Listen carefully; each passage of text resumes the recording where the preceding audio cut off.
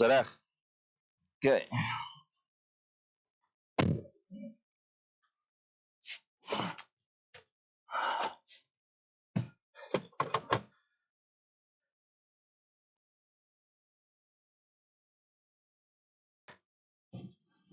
Right, good morning, guys.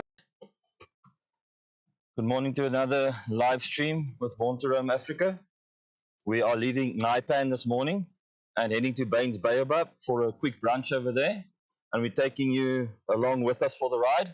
But before that, we're first going to stop at this one water hole here and make a final coffee with Ryan Crocker from 4x4 Ventures, as he's also heading to Maun, and we're also heading to Maun, but we're first going to go through to Baines Baobabs, and we might meet up with him again in Maun and spend another evening together at Crocodile Farm before he leaves to CKGR. So please check out his channel for his upcoming for his upcoming episodes regarding the travels he did now in this trip of his that will include Botswana and CKGR. And then it is 20 degrees now, and we've done 2,802 kilometers thus far, and it's 9 o'clock in the morning. I've got some awesome stories about last night, but we'll get to that on the main road as we get there.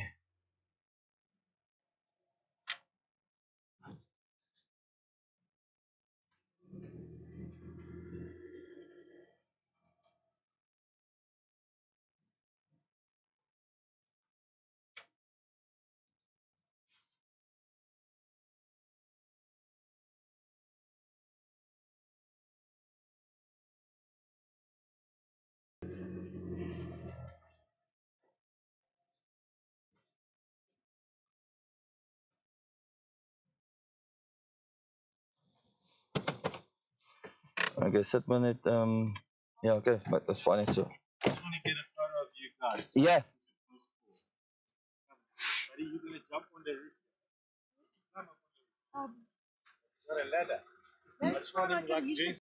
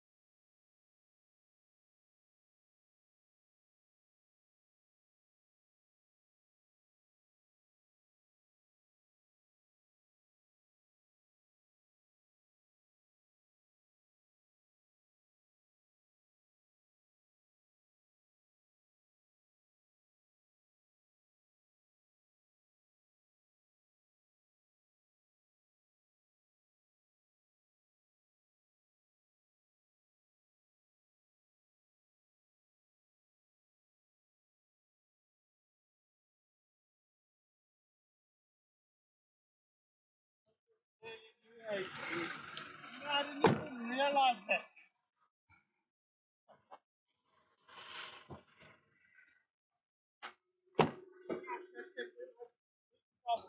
It can.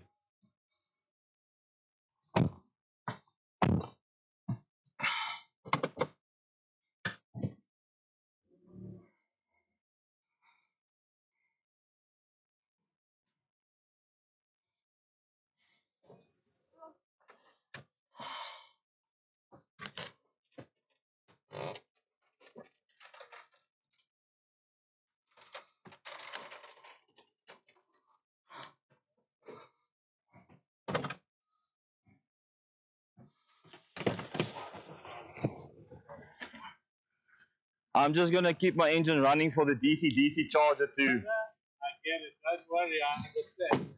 I'm the same. I'm running it now because I've got. But you know what? Huh? When we get there to Croc Camp, buddy, we recharge everything. Have you never been there? You're gonna check. It's so lucky. You've got your own ablutions, a nice table, a fire pit. Yeah. They've got charging facilities, huh? Yeah, I think they do have 220 volt outlets there.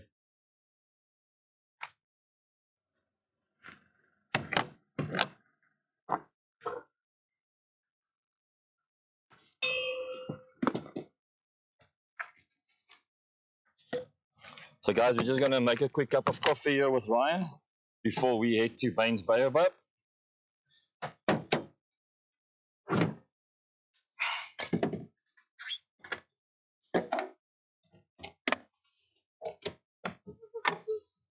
Nou krijg je vannacht?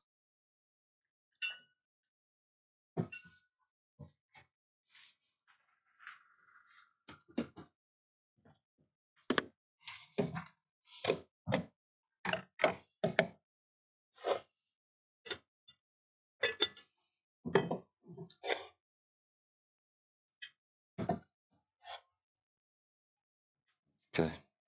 So jy gou die goed bære. Dankie. Dan net melk uitkry.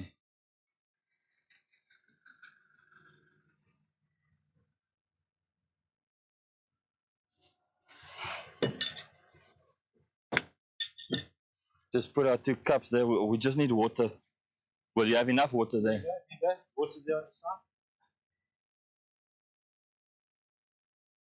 Will that thing make enough water for all of us? I'm going to make for you too, and then I'll make for me. Are you sure? Yeah. Because I've got a kettle in the back and a Kodak stove. That takes a bit longer than that thing. No. Really? Okay. So I've just set up a scene now with the camera pointing to us on a small scale, and then on the big scale, the water hole. Lovely. Hopefully the zebra come down today. Yeah. You can see that these... They were coming down here. Hey? When we just left camp, there were a couple coming down this way.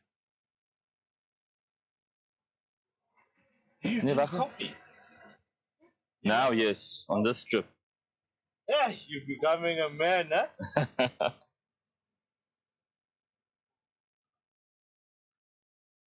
All this elephant dung around this water hole is dried up already. There's some fresh ones on the other side, but not a lot. Yeah, and I'll tell you, but when it's the dry season, this place is full. It's absolutely. You can see these edges. You see the edges of the. Yeah. That's you see all That's the numbers of elephants that come here, but it is next level. And the beautiful thing about it is not many people know this is that the Nxai elephant is a white elephant because of the sand. They take that mud and they throw it on themselves, and then they become white, and it's stunning. They look. I've got some of that white on the vehicle also, and I was wondering where is this white coming from? And then I've got a picture of the elephants next to the road, and he's all white, and it's like, oh, okay, same but different. Oh my word!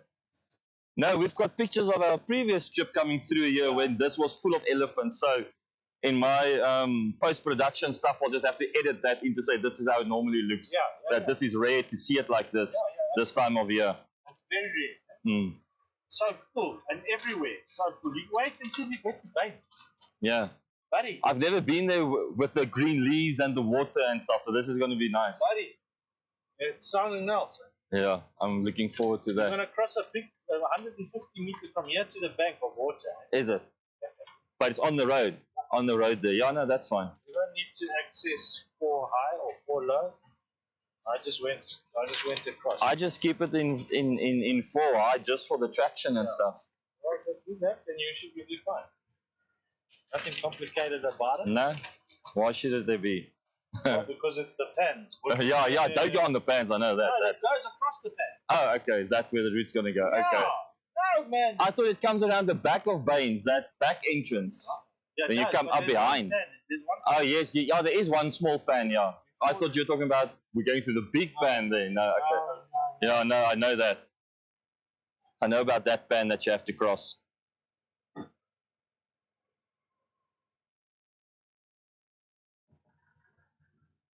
Oh, this is so lekker morning, lekker breeze coming through here.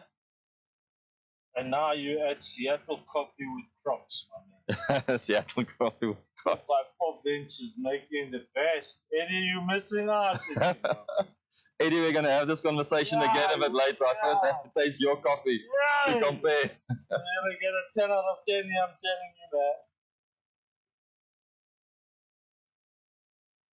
That's just like a barista does, bro.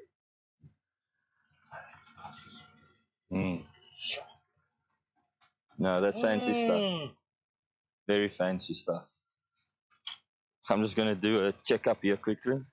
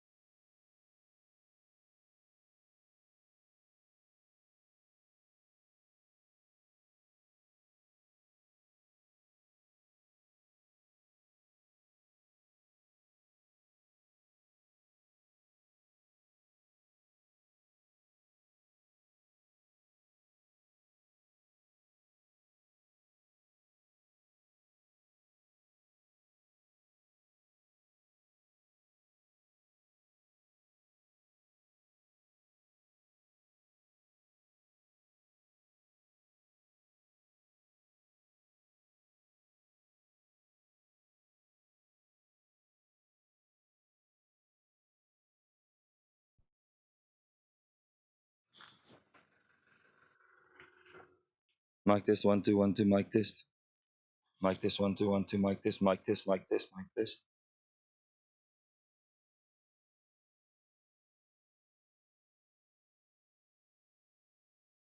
Mic test, 1 2 1 2 1 2, mic test. Yeah, sorry guys, I'm just testing the mic levels quickly to get some of that distortion away. Good morning, Denzel. Glad you could join us. We're just having a quick coffee with Ryan here at the Waterhole, and then we're going to head to Baines Baobab, and he's heading to Maun, and we're probably going to meet up a bit later at Croc Camp.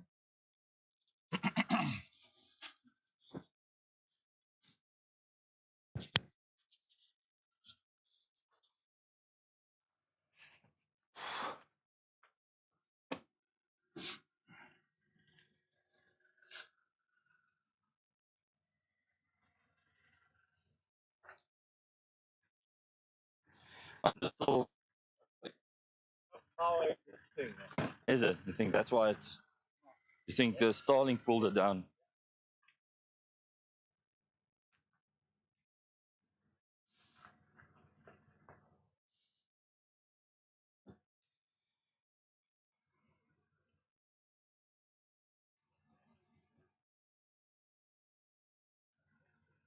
Looks like tea.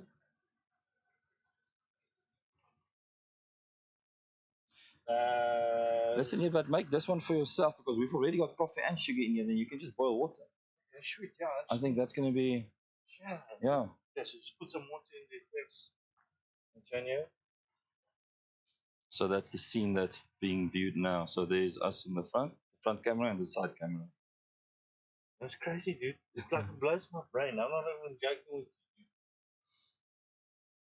And I don't know how I feel about Star Wars. You know what I mean? It's like that. Yeah. I love it, but I don't know how I feel about it. Not tall enough. Okay, I'll do it. Short.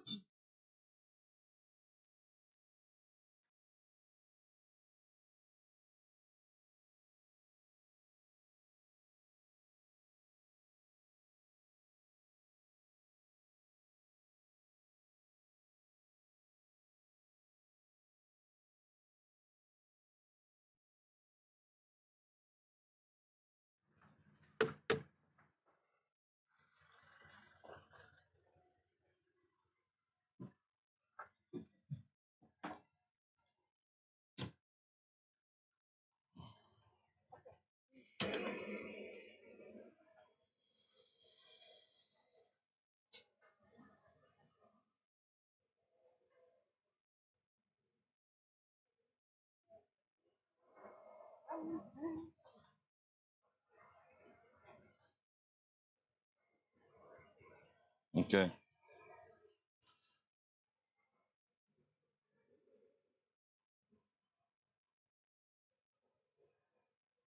So yeah, my biggest concern at this stage is not the visuals, it's the audio. So to get the audio not to, peak and clip and get like that right level. Yeah. So yeah, because I can't actually listen to the stream, I have to switch off my mic and then take a sip. No, wait yourself. So that will. So yeah, that's my biggest thing now. So I've started at plus 12 dBs and I've just changed it down to 0 now. Yeah. And like -6 and -12. Yeah.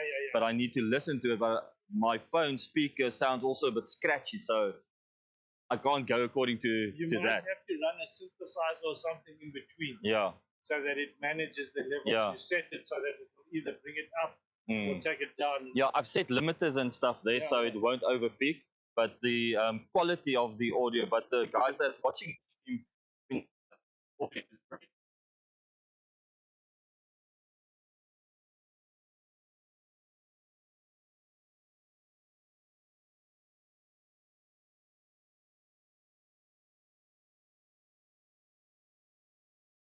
Other day, and then some from the camp sounds like Yes, being yes, pushed yes. through. So is both audios actually still going through? So you hear the echo? No, not now because I switched now the outside mic. I switched that off and we're just using the mic. So outside mic on for the ambient engine noise, and so when we get out the car, then we either or that one off. Uh-huh. So you don't want on all three on. Gofjans, we're going to have a big time there, Gofjan.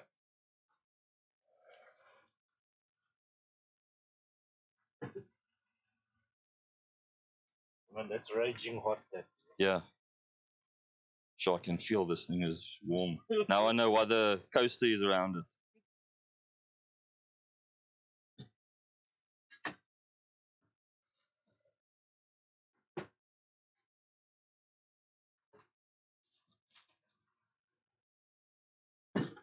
Hey man, thanks for this coffee this morning. No, man, buddy. Hey, dude.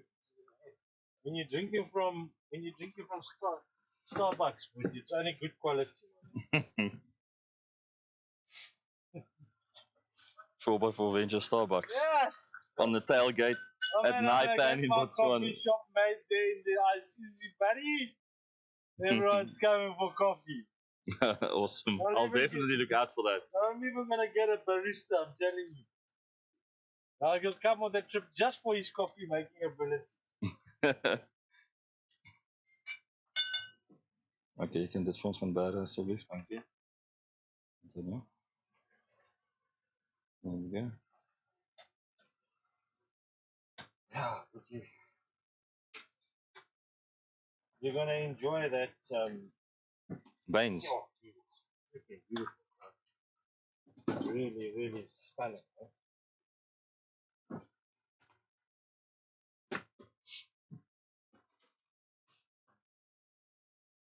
It would have been so cool if there were actually some animals around this waterhole now. No, you know how that goes though. Hey? You can just, Yep, that's it.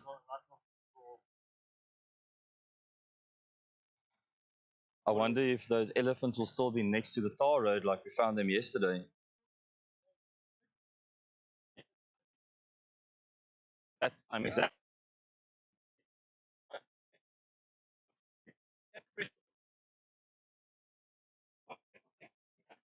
You'll see what they do with their trunks.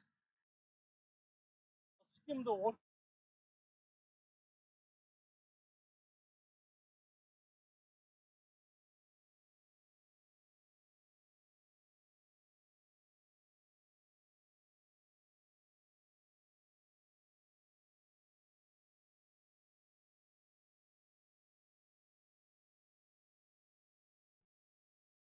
I said, why do you say that? He said, no, because the elephants, when they go to elephant sands, they hit the septic tank. Mm. And then I said to him, I said, do you think an elephant's stupid? The elephant hits the septic tank because there's a mineral in it's not good for them, but there's a mineral inside that septic tank that degrades our bodily fluids. Yeah. That's what they want. They're after that. Whatever is inside there is what they're looking for. Okay. You'll also see they'll prioritize. Why are they prioritizing that water hole there than this one? Yeah, exactly. Like, that old toppy I spoke to yesterday, I said, why is that? He says, oh, because maybe the water's fresher. I said, but the water's all fresh here. Mm. So then I said, do you not think it has? I said, because when I rolled in, I saw a giraffe licking one of these ant mounds. And if you check at the base of that ant mound, it's smooth. So I think all the animals are coming and they're licking this white sand here. I think has a mineral in it, and maybe there. So you think it's very salty? Exactly. And maybe at that water hole, maybe there's a little bit more salt than here. Yes. Yes. And that's what I. It will be interesting to do some research on that and find out. That's.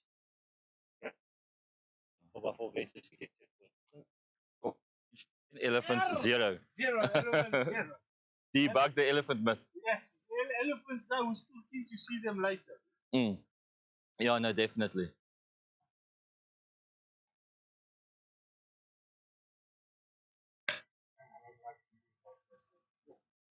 No, but it doesn't look bad. It's organized. It doesn't look bad. You're keeping it well organized. Hey, that's my OCD, buddy. I'm just as OCD, so you can imagine how this is also working on me.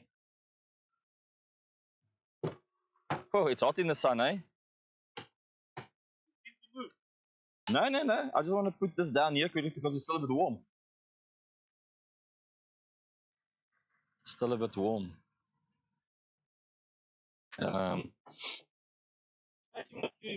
don't know how Antonio is at climbing trees. Yeah. Let's get him to go inside those baobabs. There's 2 of them. Okay. You must take a camera up and go inside there. Serious. Is it possible? Yeah, it's possible. When I was a lighter, I went up there. When I was his age, I climbed up that baobab tree. Take your ladder out. There's no one there. Yeah. Take your ladder out, put it up against the tree, get him to climb inside. Go and check what's inside there. There's Bushman pottery inside there. Is it still now? Buddy, if you look at those, and over time, obviously as the trees stretched and grown, they've moved. But those used to be the Bushmen. They used to sit inside there. Sure. The one that's lying down, the six sister, you'll go and check there. It's got a square hole in the top. There's a square hole in the top. That used to be a natural reservoir for the Khoisan. Yo, that's interesting. Yeah. Now I'll definitely see if we can get You'll that see done. an owl. There's owls inside that hole, but underneath it, you'll check. I found when I was alight, there's pottery in How long did you actually live in Botswana? You grew up in Botswana, right? 19 and a half years. 19 and a half years. That's where you've got all the knowledge and understanding of the area. My dad was an avid. I mean, when you're in a place like Botswana, it's very big. Once every 3 months. Sure. Come out here, go to Sudan, Kari all over. No, lovely way to grow up. No, definitely. I fully. Yeah, it's a special spot, Botswana. Catches so many people, man.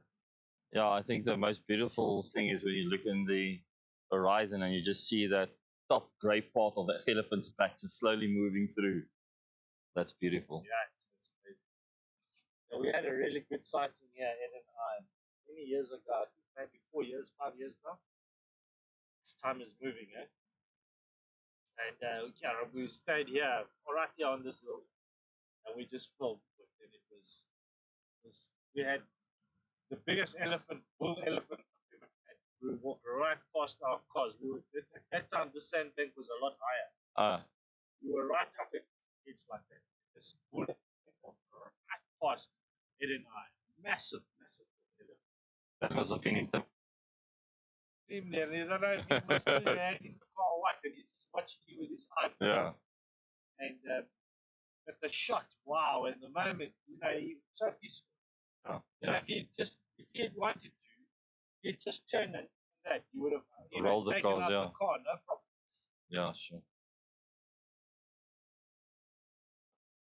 Botswana is special.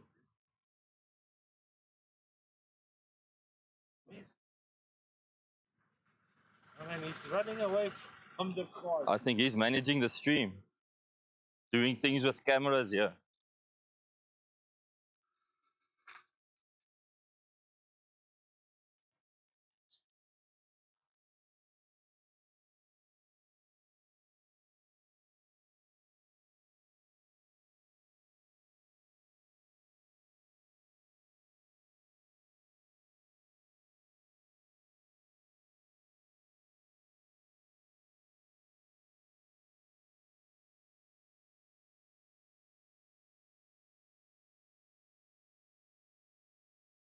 He shut the whole system down.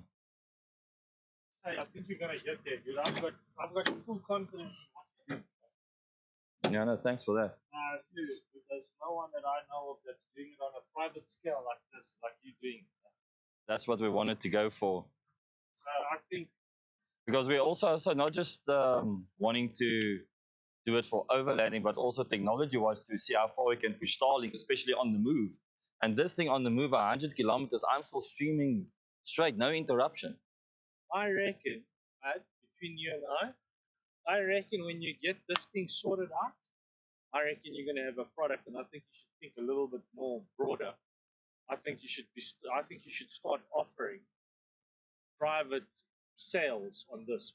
I think you should start selling it to the media. To the Yeah, I'll come down and probably build my own camera setup link with its own PC board, and then 150%. because then you don't need all these expensive cameras and stuff that I've got on there now. I would do it like I think like you see like this box. Yeah.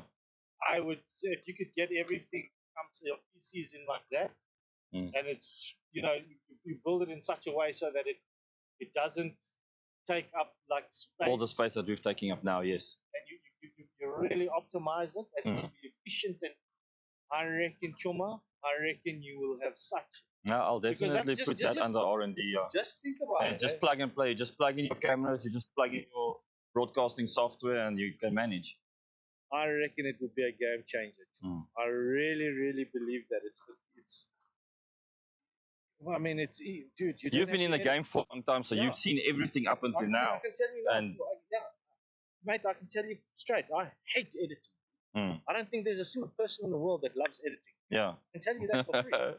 Honestly. Takes a long time. That's a lot of effort. Yeah. Imagine if you and you play around with different ideas for like 3 hours, and then you scrap the whole thing and start over. So the nice thing with this is what it allows you to do is it escapes. Mm. It escape. You can run an intro. You can create an intro from all this footage that we've gathered. Yeah, right? and play that. So you create an intro, and you say, right, today we're going to Baines Baobabs. I mean, 5 years ago you went to Baines Baobabs. You can cut an intro, and you say live stream happening soon, and then you can that screen to play first. Yes. And then you play that thing, and then you can that plays on a loop. You could 4 or 5 short 3-minute edits that you can interject throughout, because you know now, like you've planned, I'm going to Baines Baobabs. When we're at Baines Baobabs, we'll do it was in the dry season, so we'll do a before and after.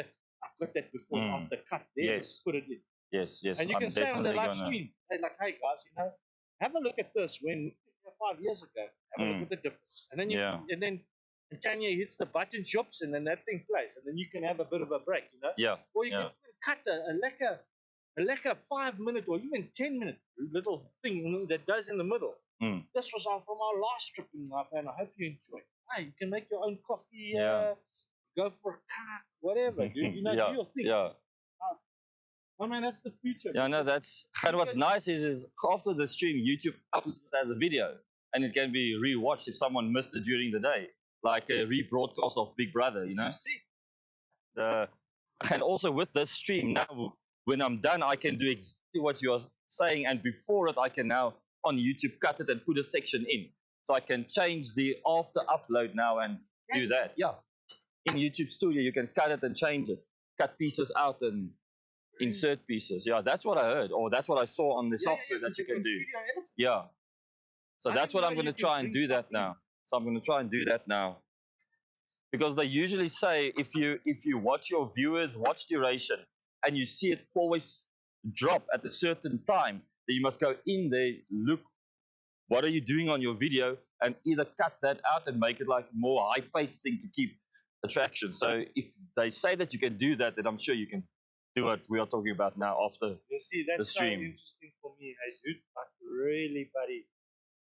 I think, like I say, it's live broadcast. But you must also start looking then at like what DaVinci's doing. I don't know if you use DaVinci. Yeah, I use DaVinci Resolve Pro. You need to go and check. They've got a lot of stuff. Yeah.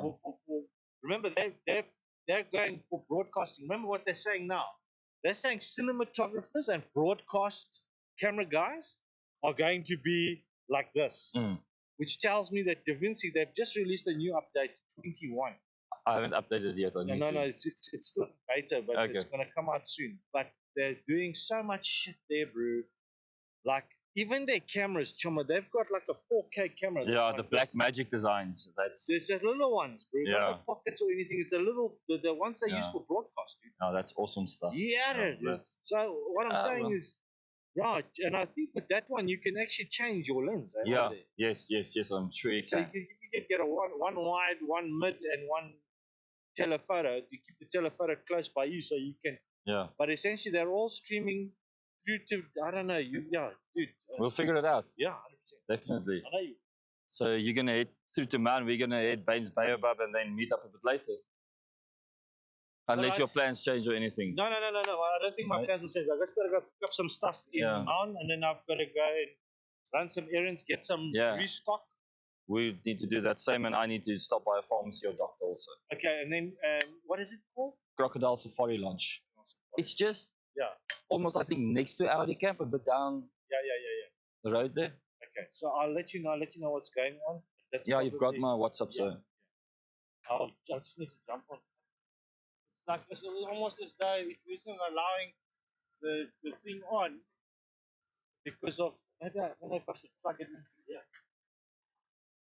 Your coffee's still on the back, eh? Yeah. I was saying, I plug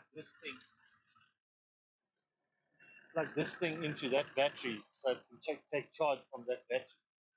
You can probably do that. And then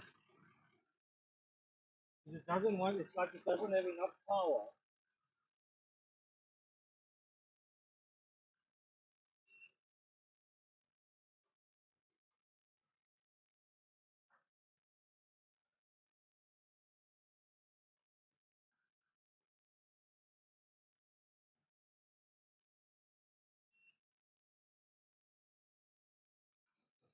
Weird.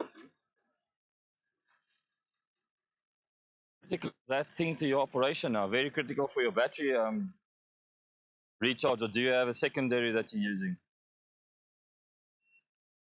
None of these want to come on, dude. So then maybe we must check it out at the lodge tonight where you've got 220-volt power. Or do you need that to work now? I need to work now so that I can put the Starlink. Oh, is your Starlink off? This thing is now switches off. I think the battery's probably drained completely. Or so low that it can't take anything.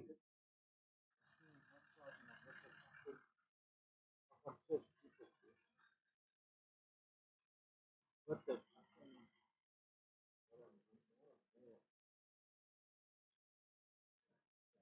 We're gonna do that up to.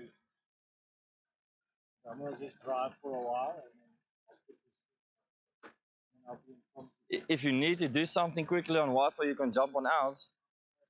Okay. Yeah, it's gonna charge now. I just didn't have the thing. Plugged in back after you unplugged everything. What a moron. Yeah, I'm gonna see you just now. Yeah, sure. Drive safe. We will. Yeah, thanks, Ryan. I'm just closing up in the back here.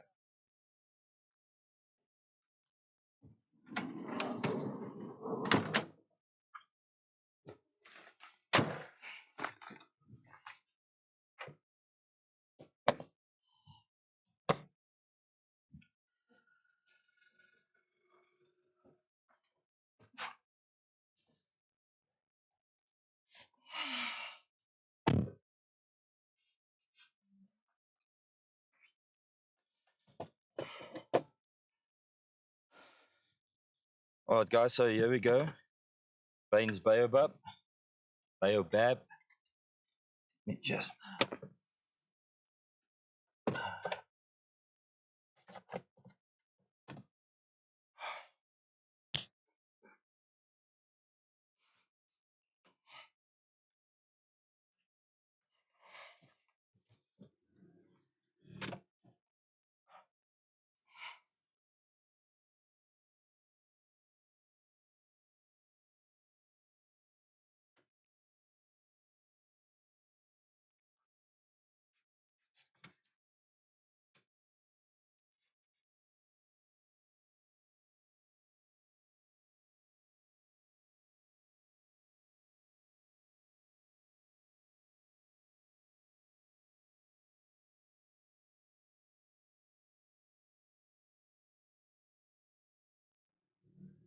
I definitely need to clean these windows of mine. Guys, so we are running very low on fuel. My estimated range is 52 kilometers. And then after that, I've still got half a tank in jerry cans that I can put in. And the Maun is like 152 kilometers away from here. So let's hope we make it with that fuel capacity.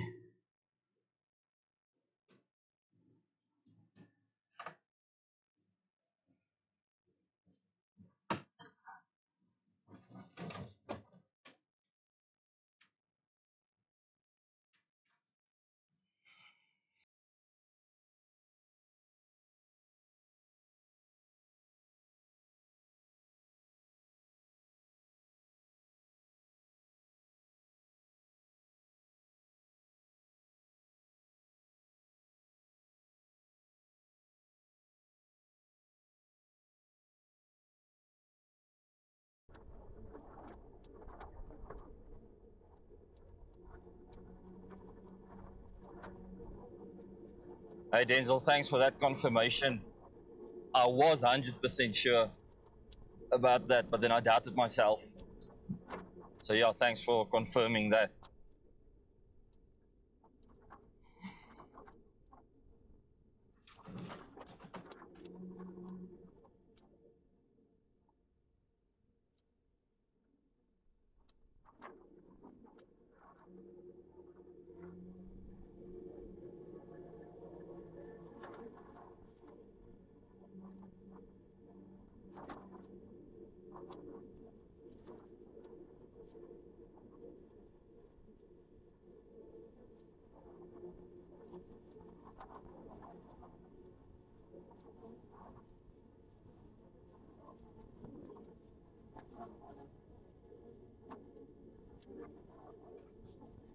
Yeah, Denzel. I mean, I've also done this exact same route as I'm doing now twice before, and each time so far, all I needed to do was put in an extra 40 liters to make it to Maun. So I'm pretty sure, but it is daunting to see 50 kilometers on the dash on range and knowing you've only got half a tank and stuff like that. So yeah, no, I've done it like this before, but those times I always had 80 liters, but I never went into the second 40 liter reserve.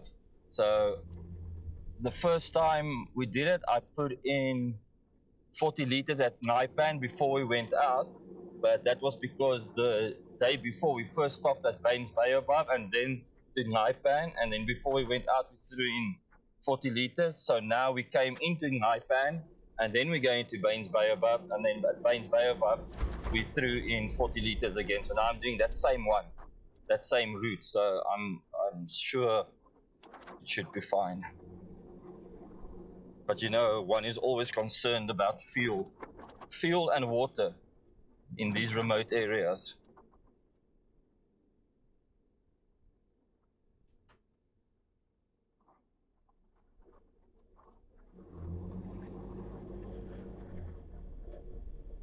And yeah, my back is still killing me this early in the morning, but as I drive and continue in the seated position, it gets better.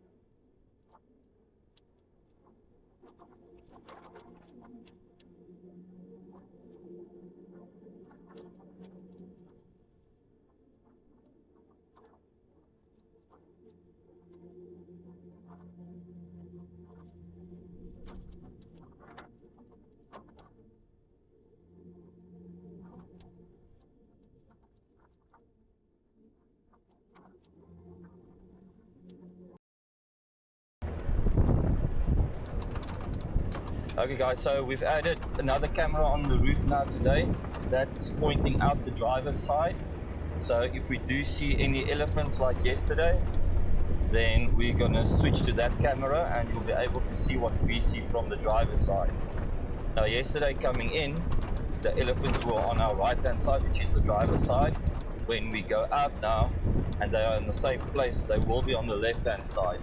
But because we lost one HDMI cable, I can't do that left one also at the same time.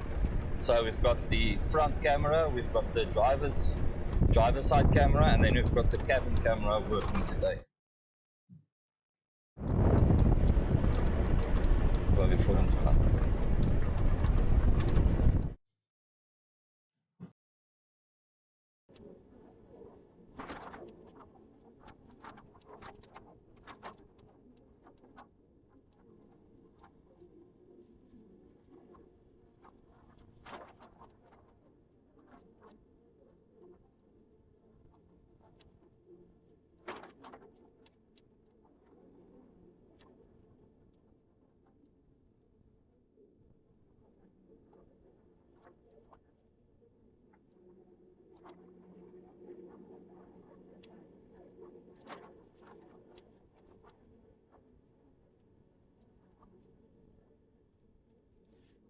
So after Baines Baobab, we're going to head to Maun. We're going to restock and refuel.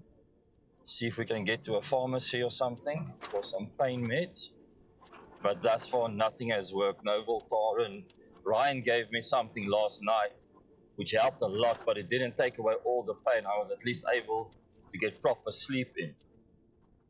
So I'm going to see if I can get some of that in Maun. And then I'm going to see if there's time to get this vehicle washed, because man, I'm telling you, the mud on the side and the white dust. But You have an accident stuff?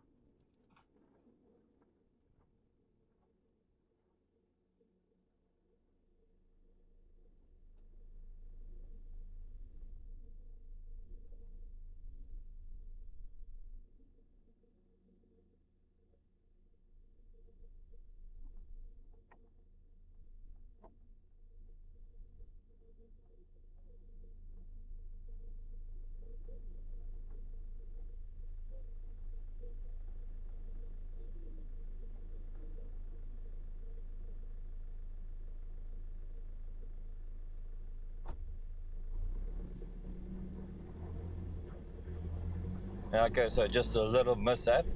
Forgot to close the left-hand side of the canopy door. Luckily, Antonio caught it, and luckily nothing fell out that side. So we are still ready, heading to Baines.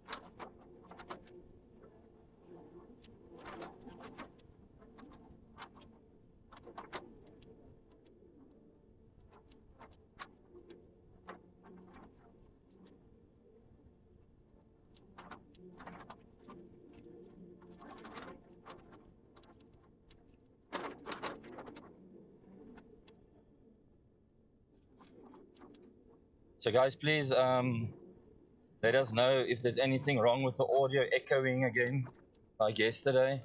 We're not always, when we're walking outside, we're not always by the monitor to see the comments, so then sometimes we can only reply a bit later. But today we're going to focus on trying to get that resolved. So we've got 2 outside cameras, both have internal mics, and then I've got the DJI mic strapped to myself. So when we go outside and all mics are on, all mic feeds are going to feed audio, and that's going to cause an echo. But it's not actually an echo, it's just 3 different mic feeds coming through, and they all have latency because of the distance I stand away from those 2 mics and the one that's on my person. So today we're going to try and focus on keeping cam 1's mic on and the mic that's strapped to my person, and when we exit, switch off cam 1 and then just have the one on my person on, and the same with mic 3 on the side. So let's see if we can get that done and dusted and sorted out today.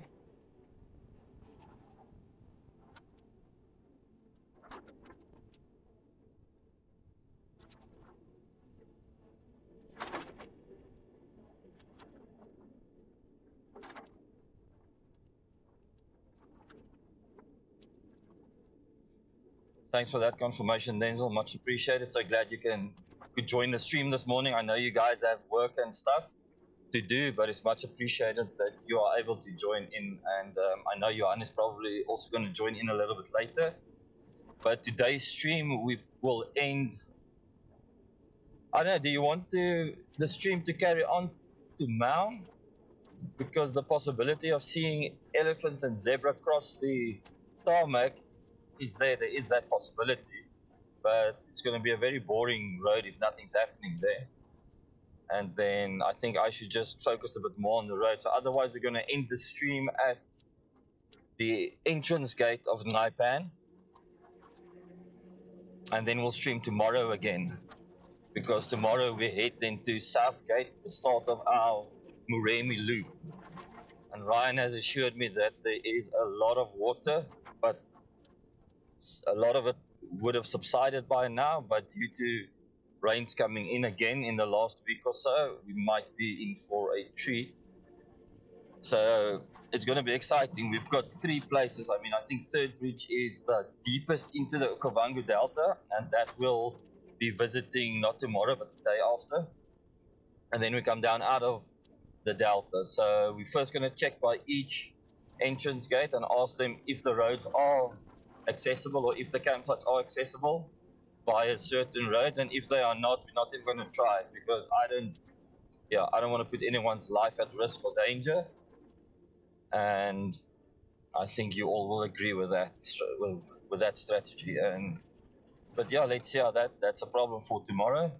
It's another nice warm day today. We're sitting at 23 degrees Celsius, 2,808 kilometers, and this is day 7 of our Botswana, South Africa, Lesotho expedition.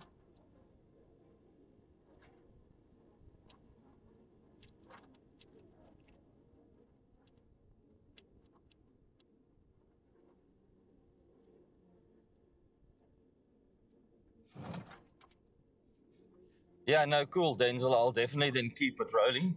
I mean, even for one viewer, that is much appreciated. I'm just going to stop the vehicle quickly. I just want to see if I've powered the fridge back on because this streaming setup is chowing through my power. So I'm just going to check that quickly.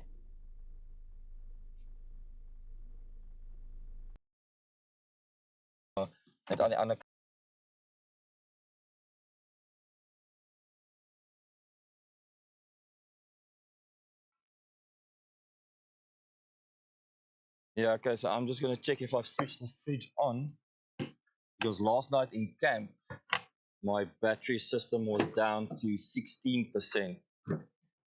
And I didn't want it to, you see it's off. Okay, there it's on. Okay, so we're sitting on the deep freeze on 4 degrees and the fridge on 8 degrees. So that will change shortly.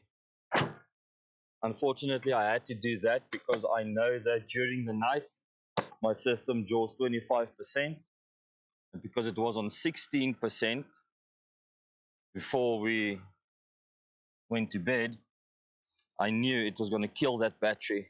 So I just switched off everything. And this morning I was on 15%.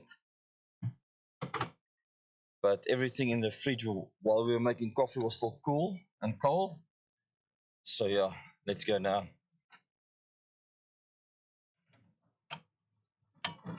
So, and I think what the problem is, the Victron DC to DC charger is a 30 amp charger, which is more than enough to charge, but the engine cutoff shutdown safety feature is not set to the right voltage.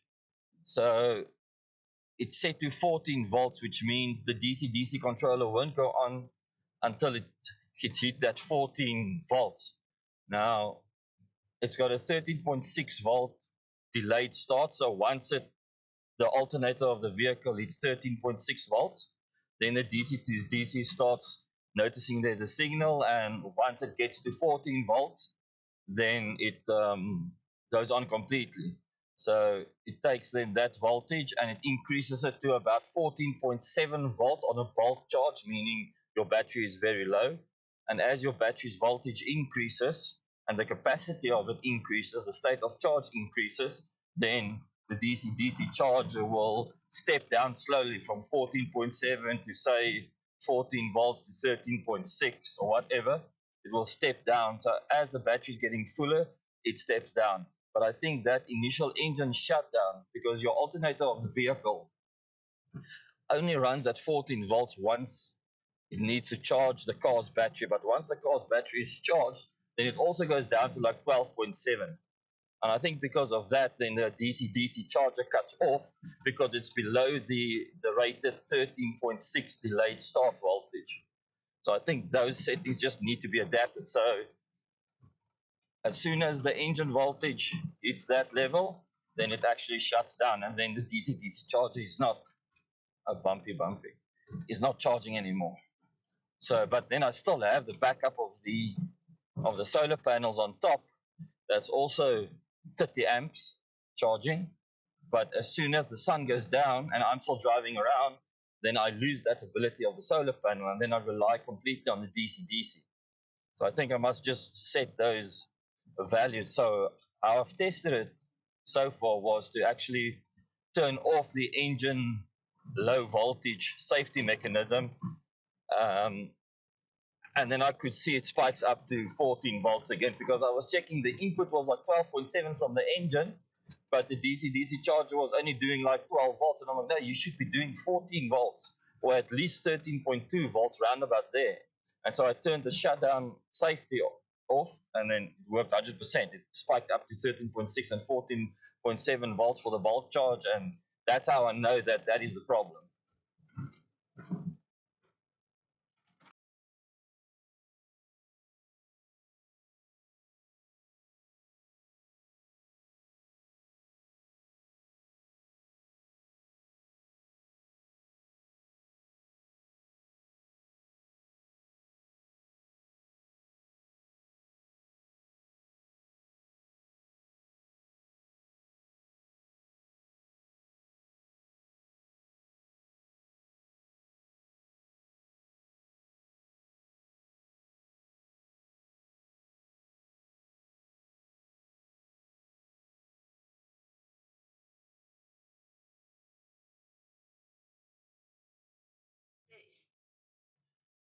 Okay, guys, so yesterday coming in, we took the tracks that's now on our right-hand side, and today we're taking the tracks that's on our left-hand side, so we are definitely in for a different terrain today, and we'll see how that goes, but I don't expect anything other than what we had yesterday, but I enjoyed these nice deep sand tracks without the corrugations. And now let's go to a single track again. So many times people try and get out of these deep sand tracks and they drive on the center with their wheel and the other wheel on the outside line. And I've done it also many times, but it's very dangerous at high speeds, 40, 60 kilometers an hour, because if that track swallows you in, my man, it will swallow you in and it will spit you out the other side into a tree, which almost happened to me once on the Savuti Road, because I was going lacquer on this center line and on the other high-rise line. But yeah, since that day, I've never done that before. I won't do it again. So yeah, just stay in the tracks. That's the safest place to be. And low speed, you don't have to do 5 or 10 kilometers an hour. I think the speed limit for Nxai is 40 kilometers an hour. Anything lower than that, then you also do feel the corrugations and undulations a lot more. So 40 kilometers, perfectly fine. You see, how's that for some Botswana action? Also, another reason why to stay at low speeds, because if that happens and you're doing 60, 70, 80 kilometers an hour, that thing's not going to move for you. So, yeah. Now, that's the first one that we've had up close like that so far.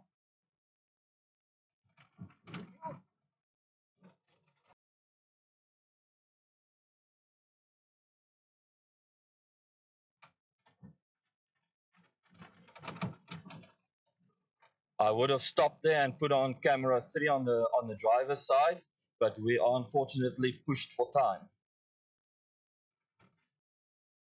That's also what I meant yesterday. Because this bush is so thick, you can only see that far in front of you. In the drier seasons, you would have seen that elephant way before the time.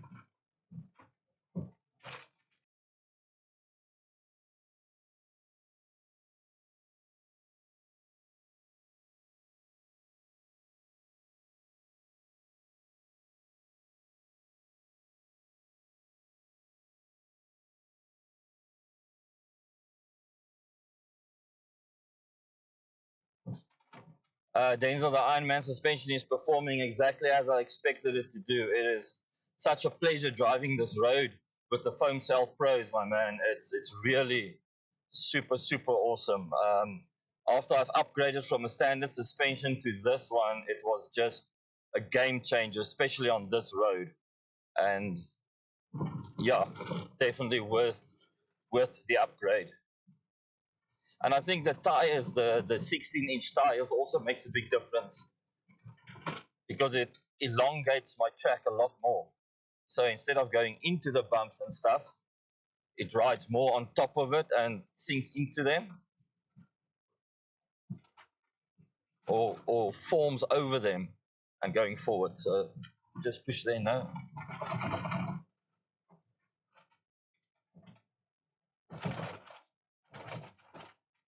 So we need to keep our eyes peeled now.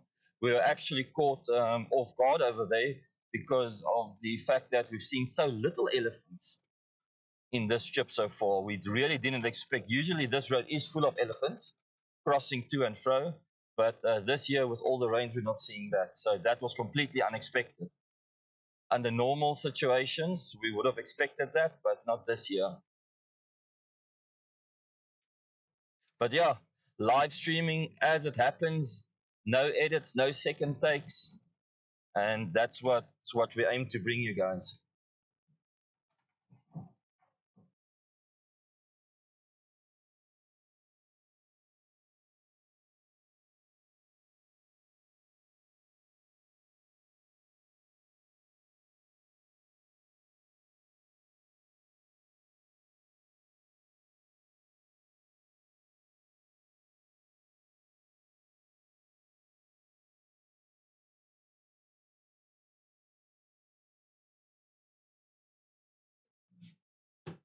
Yeah, so I really enjoy these sand roads. We just went through a big dip over there, but that's all good and fine. Now, if you had suspension, normal standard suspension, it would have been aerated and so watery, your nose would have dove completely into that bank. And that's not what you want.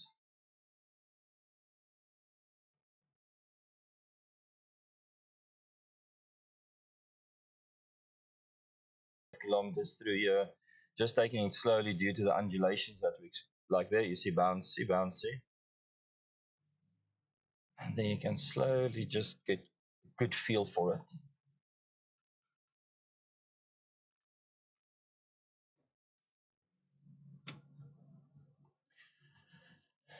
And my fuel light has come on a range of 36 kilometers to go. So currently, after we started the vehicle this morning, the fuel consumption is sitting at 19.6 liter per 100 kilometers.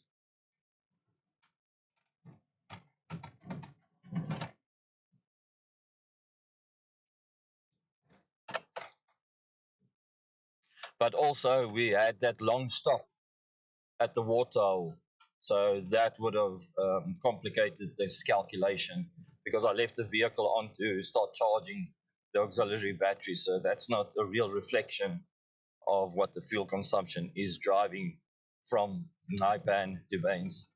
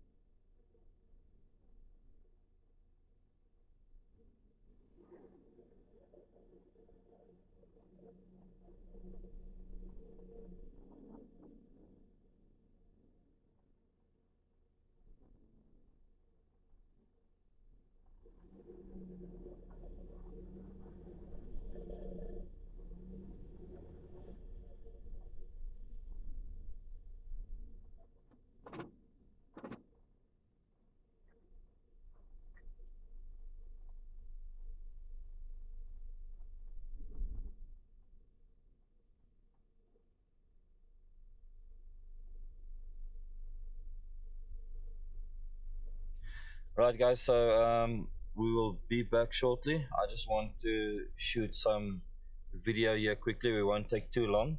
We're at the turnoff of Baines Baobab, and yeah, we're gonna take 2 seconds here quickly just to get some content for post production.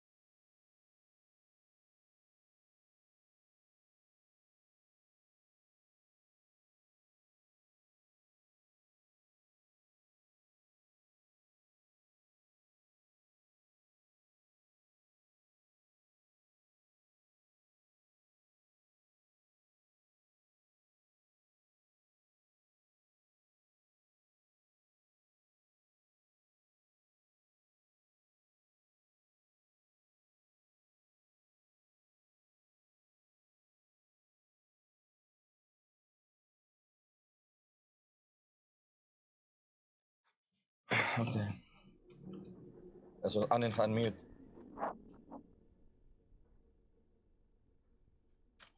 Wat? Werk hy nie?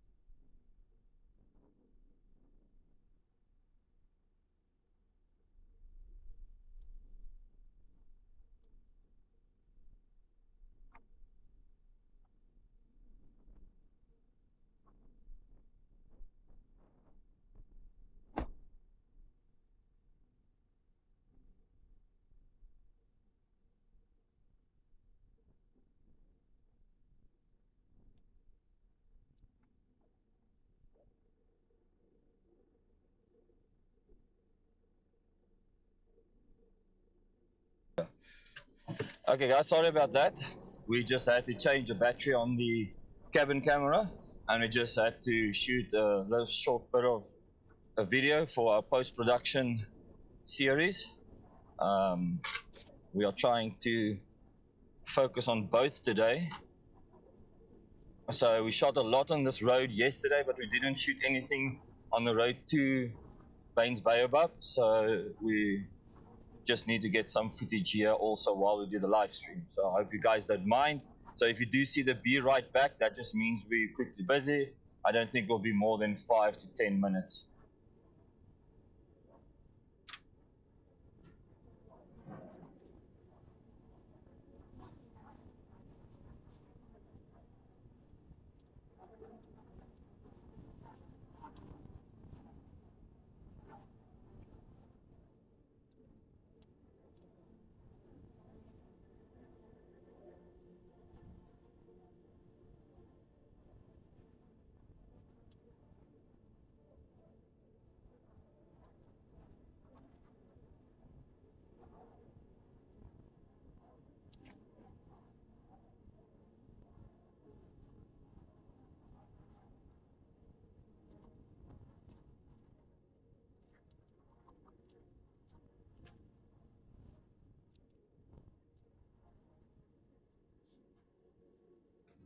Yeah, we'll try to disrupt the stream as little as possible. But you guys know how it goes out here. Here, Africa sets the pace, Africa sets the conditions, and we just manage the situations as best we can. So thanks for that support, Denzel. Appreciate it.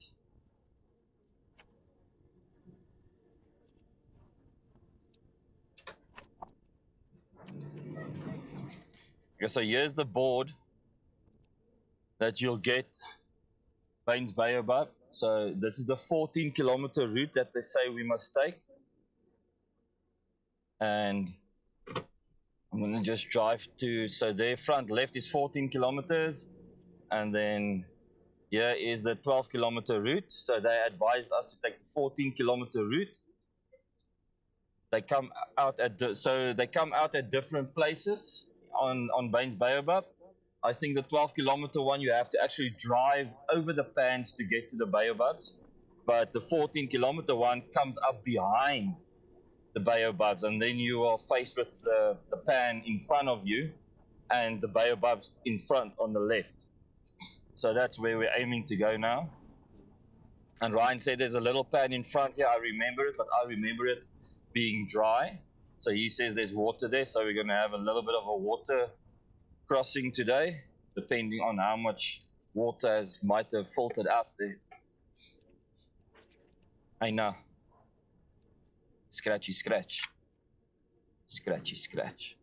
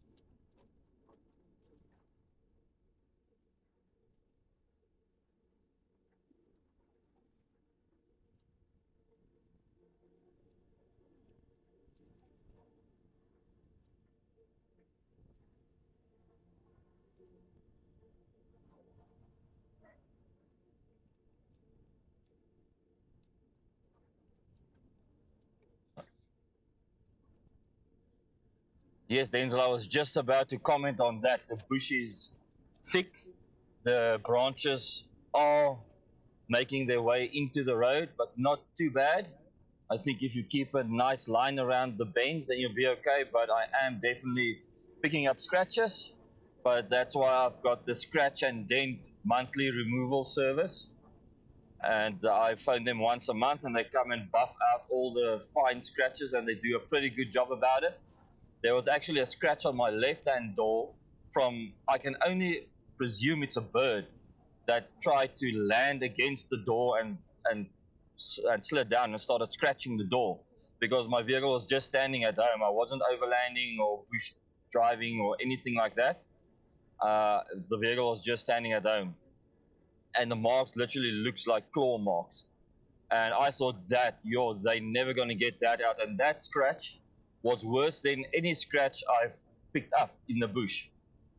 It might even be a cat that tried to jump up the vehicle. And they buffed that one out completely. So these scratches that I'm picking up now, I'm sure they'll be able to buff that out. But I would have liked to do a wrap, but I want to do a Born to Roam Africa theme wrap around the vehicle. But that will probably be worked into our next budget to see if we can do that. But yeah, at the end of the day, guys, if you see vehicles like this as something to be worshipped and not a tool, then you're never going to do things like this. You're just going to have your 4x4, have it sit in the garage and never take it out. You pay a lot of money for the abilities that this thing has to not use it. Then rather just not buy it, just buy a 4x2 then. So yeah, if you're worried about scratches and things like that, then you can go and do a clear wrap. They do a thick clear wrap for you that even if that gets dented, when the sun heats it up, it will fill in that slash that was made, and it will be smooth again. And then your paint job will never get any scratches on, unless obviously you take a knife to it and puncture the wrap. So that's one thing that you can do, and it's a clear wrap, and it's done very professionally. And then also themed wrap, like I'm going to do on this vehicle. I'm going to do a themed wrap on this vehicle, a Born to Roam Africa theme, and then that should also protect the paint against scratches. But yeah, to come back to my original point, if you are worried about scratches and stuff, then yeah, don't even think about doing these kinds of trips, because you will get scratches on your vehicle. Obviously, in the drier season, it's much less because the bush is thinned out much more. So the chances of reducing your scratches is there. You won't get as many. But also take in consideration the vehicle size that you buy. If you buy a vehicle that's standard size, like the Toyota Hilux, the Toyota Hilux wheelbase and width are used for these kind of adventures. So that wheelbase and width has already carved a path through these bushes, right? So now if you go and you buy a vehicle that's maybe much wider, that's got a wider stance, and then you will get much more scratches than a vehicle that's got a standard width, if that makes sense. So guys, I'm just commenting on things that I've spoken to other people about and pondered about and sharing that information with you.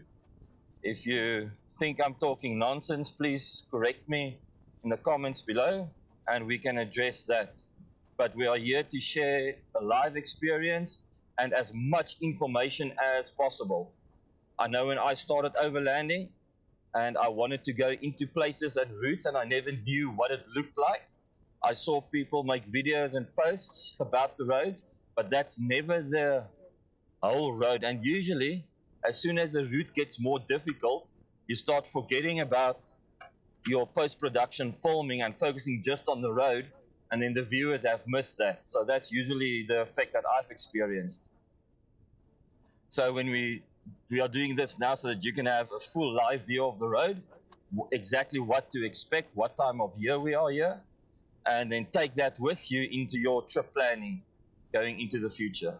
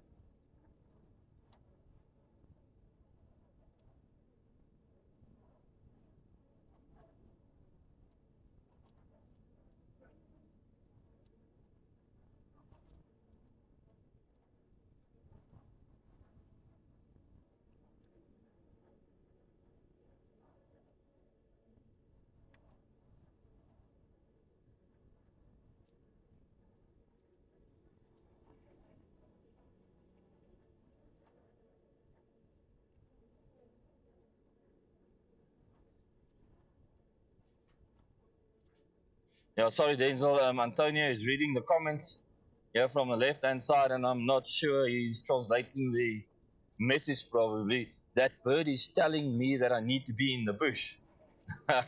That's going right over my head now.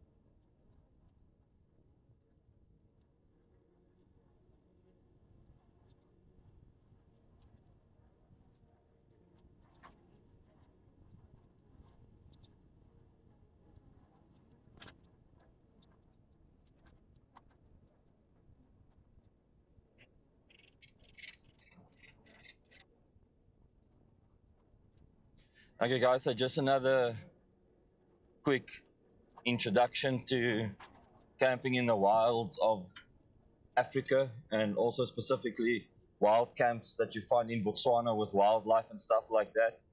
Please, whenever you make food or are finished with your food, pack everything away. Don't leave everything outside. When you go to bed, pack up as much as you possibly can to not lure animals into your campsite at night. Especially the blackback jackal, you will find them oftentimes around your camp looking for scraps. Don't feed them. Don't feed them, because they then become too used to humans, and that's a danger to themselves and to us as humans also. So please don't feed any wild animals, even if in camp. Don't leave anything out to lure wildlife into your camps at night for Instagram or photos or close encounter videos. That's not advised at all. And keep your campsites clean. Always have black bags, refuge bags with you to take your rubbish with you. And wherever you find a big refuse disposal, then dispose of your rubbish over there. Whatever you bring into an area, take it out with you and dispose of it properly. Otherwise, they will close these reserves to people, and we won't be able to visit them anymore, just due to a small minority that's got no respect for the wildlife. So respect the area that you are in, travel safe, be like-minded, and take care of the roads, take care of the environment, and take care of yourselves when you come through here. So I just wanted to let you know about that, because last night we are still contemplating about what happened in camp last night. But round about 2 o'clock, I heard a cat noise. Um, a cat noise. I first of all thought it was a lion, but then when I zoned into the sound, it might have been a different kind of cat. If it was a leopard or something like that, it might have been. I'm not sure. I'm just telling you what I experienced. And after that cat sound scream, my whole vehicle shook, but like not slightly. It literally shook, like something bumped into it, and I was literally, my heart was pacing. I literally thought there was lion in camp and they were maybe playing and fighting, and one of them bumped into the vehicle, and my heart was racing and pumping. I didn't want to say a word. I didn't want to shout out to Ryan or anything like that, because I didn't want to make more noise. I just reached for my vehicle's key, because if I press the alarm button, my vehicle's alarm will go off. So if things got too hectic and they were trying to climb up the ladder or on the bonnet or roof, I think I would have pressed that button to try and scare them off. Be that as it may, I gave it a couple of minutes. I heard Ryan was waking up. I heard his zip open up, and I said, Ryan, do you think there's cats in here? I just heard something. And he also was completely unsure about what was happening. So this morning we got up, and unfortunately the ground is so hard you can't see if there was actually footprints. However, we did see on my tailgate, you know, where the factory bumper of the Toyota Hilux goes like that and then down to the number plate and you step on there. We did see in the dust on that bottom that there's two darker parts right in the corners, which led us to possibly put together the scenario that maybe there was a lion in there and he got onto the top, and when he pushed himself off to get off, that's what shook the vehicle. What I'm saying, I'm not saying that this is exactly what happened. I'm saying what we experienced and the scenario we put together in our mind from the evidence of what we heard and what we saw. So that's still, and that's why I say, keep your camp as clean as possible. Don't leave food lying around. Clean up after yourselves, pack it away. If you've still got a fire going, burn whatever you can, burn bones and stuff like that, burn it up. And then when everything is calm, go to bed. And don't stay in camp without a fire burning, because fire usually deters wildlife and predators to a point. So just keep that in mind. Just some food for thought, some adventure nuggets there if you want to subscribe to that. I never reset my odometer to see how far we are still from Baines. But yeah, there's only this one road besides the 12-kilometer one that I'm aware of. that goes in there.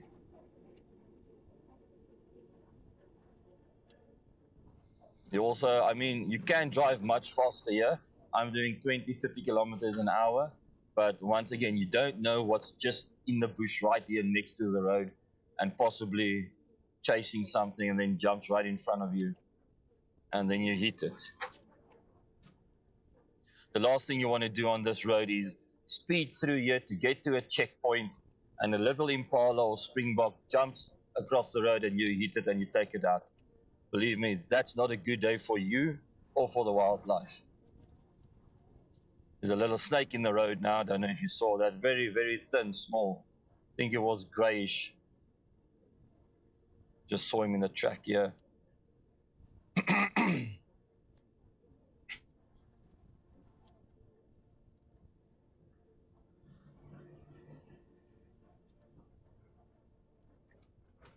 Denzel, there's your birdie again telling me to go into the bush.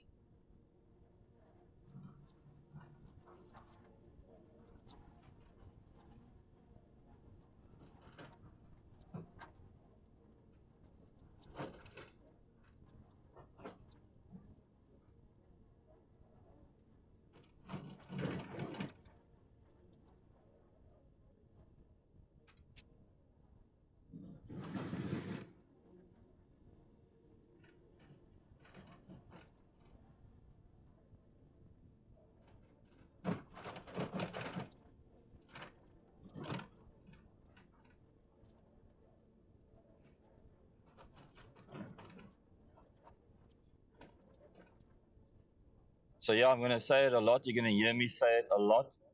I haven't been in Botswana yet that it's so wet and that the grass is so green and so tall.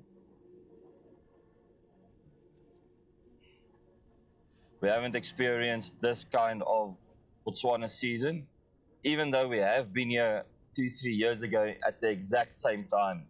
It was completely dried out, completely.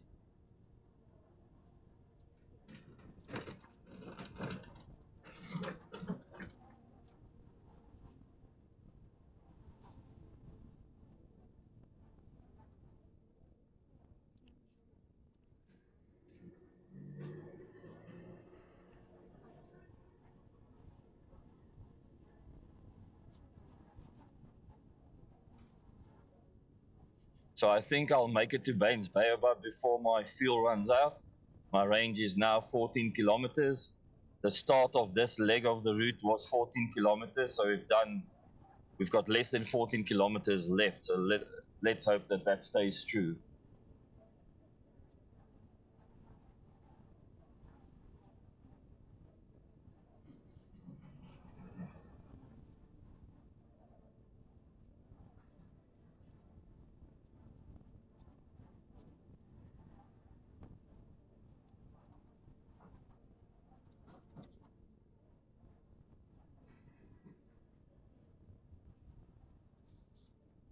I'm going to close this window.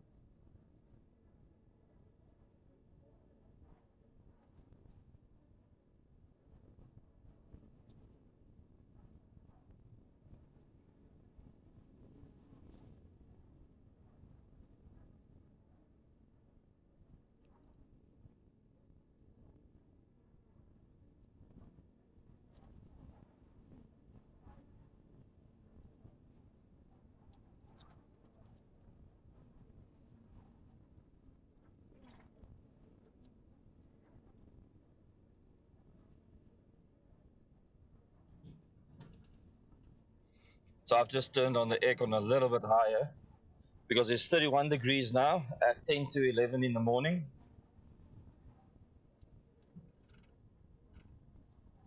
And it's going to be another scorcher today.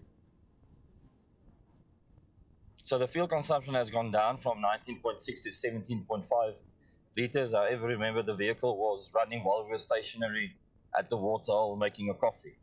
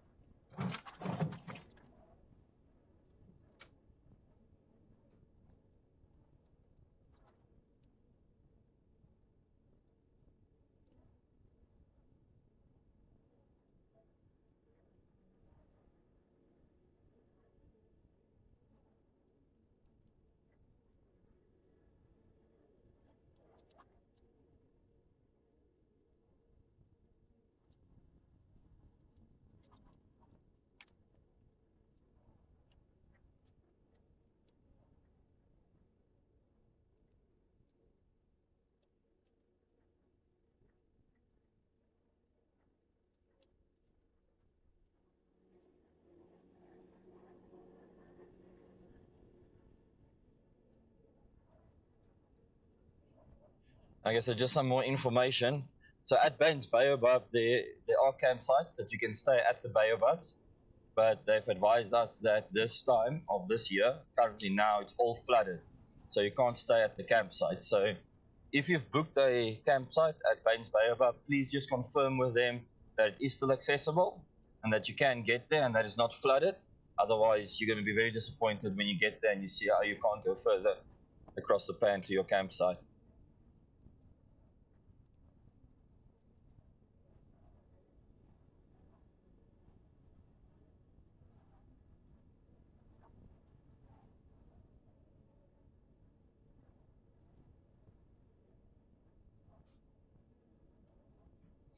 Yeah, Denzel, I don't know why he looks tight because he's the one between the two of us that sleeps the most.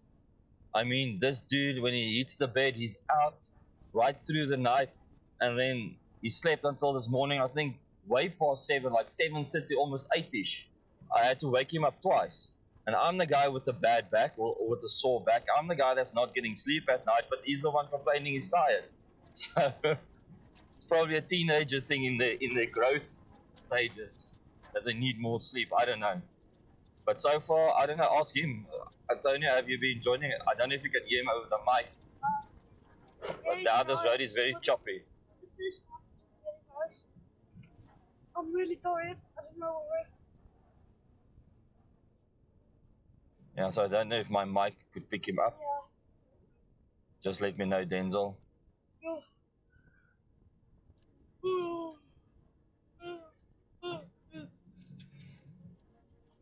Need to put this aircon. Just tell me if the aircon noise is coming through the mic. If it is, I'll lower the aircon speed and then just open up a window. But I don't really want to open up windows for if I stop and the dust comes from behind. You'll also see there's a nice breeze coming through here, but stronger than a breeze. But that just cools you down.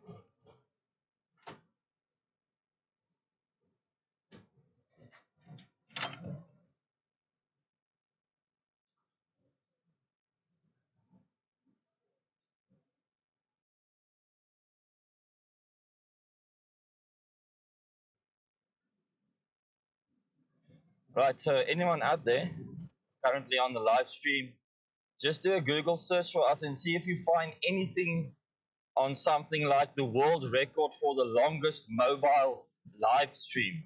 I just thought about that because thinking about when we started the live stream this morning and the comments saying that they want to see the whole road to Maun to keep the live stream up just made me think, I wonder what is the longest mobile live stream and if there's actually a record for that. Maybe we must record that.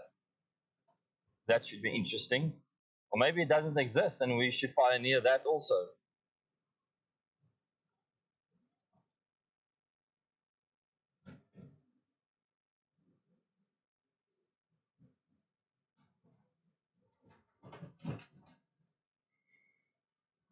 Also, let us know if this would have been something that you would have been interested in seeing for those people that struggle to get out of their own cities and towns due to either ailments or financial issues or things like that, but wanting to see it. Would you have liked to see the stream live from Cape Town through all the cities and towns that we went, or would that have been just too boring for you? So even if you watch this maybe post-production, leave a comment and we'll get notified about that so that we can know what to do next time. If you would have liked to see us live stream all the way from the start, because that was the plan going forward, or that was the plan initially. It says here, as late of 2024, the record for the longest live stream video is 918 hours. Yeah. Live stream or mobile live stream? Longest live stream video. Okay. It's 900. Did you just Google that? Yeah, it says here. Okay, but that's for the longest live stream, so that can be someone sitting in his room. I'm talking about the longest mobile live stream. I wonder if there is something like that, if that's been recorded.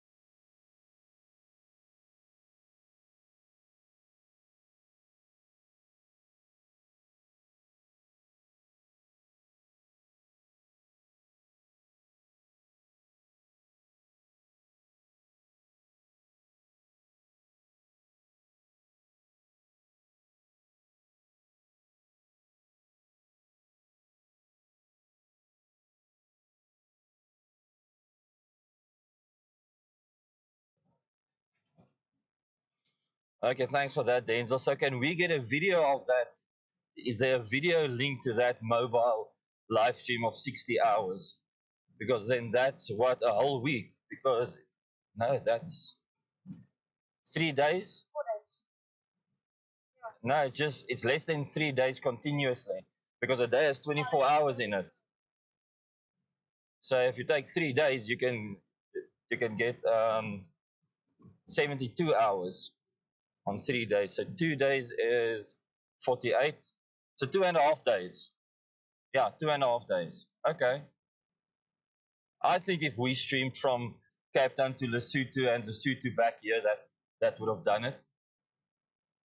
I think we would have come close to that.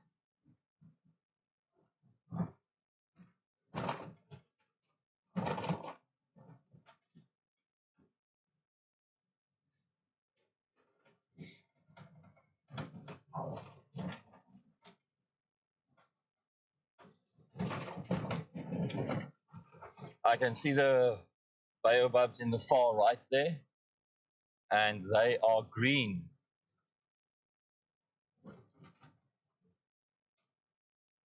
I've got 9 kilometers of fuel left. Let's hope we make it. And the fuel consumption has gone down to 16.9 liters per 100 kilometers from the 19.6 we initially read out. Consideration the coffee stop.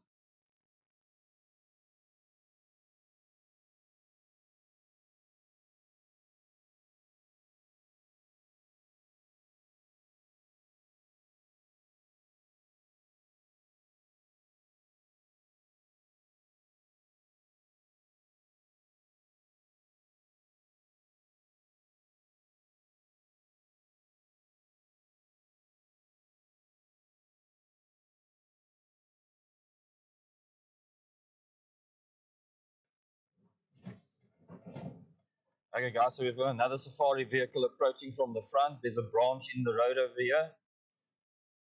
Let's see if we can go around it. Oh, there is a round route, but with that vehicle, I wonder if I shouldn't wait here for him. Let me see. Yeah, I think I should wait here for him so that he can pass us. Because I've got to step off here. You think so? Okay. Antonio, are you sure he's waiting for us? Yeah. Okay. So I stay correct. Yeah.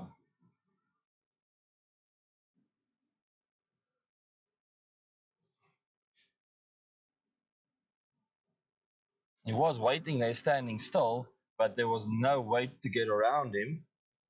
So, I mean, I don't want, and I know there's a spot here, a safer spot where you can pass me. So, let's do that.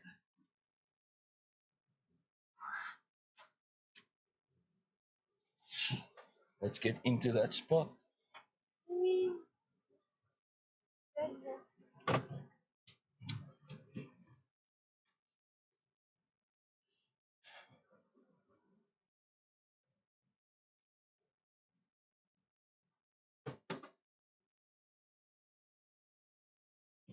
Okay. And everyone passed one another safely. No issues, no problems. It's not difficult to be courteous to other people. Just something that one must practice.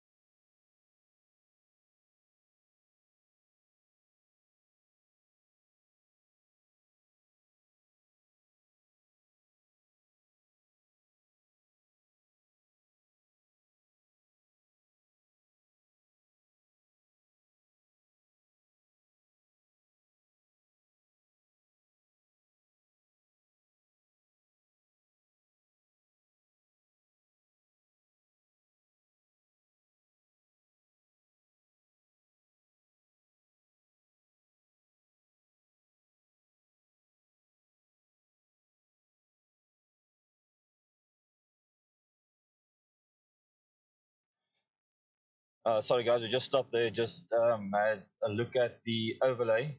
It seems that the follower information is not pulling through yet. I just have to reset that session when I get to Baines.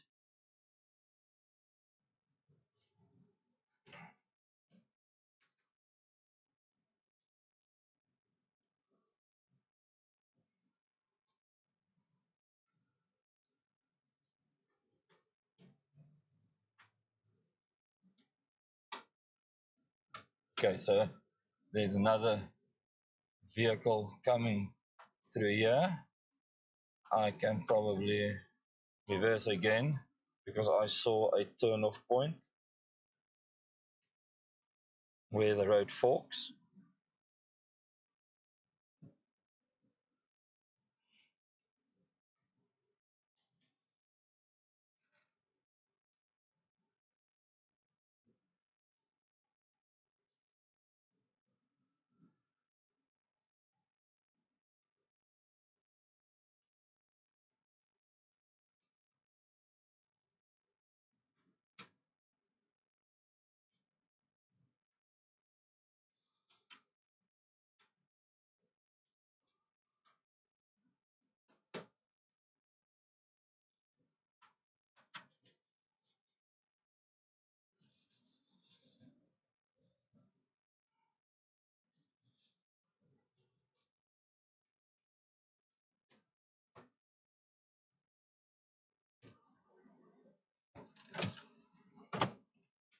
And there's another vehicle coming.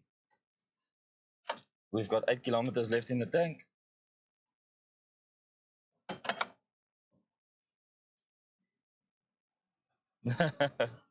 Dankie, nou weet ek. Ja, so gaan dit. Lekker, hoe lyk dit by Baines Baobabs?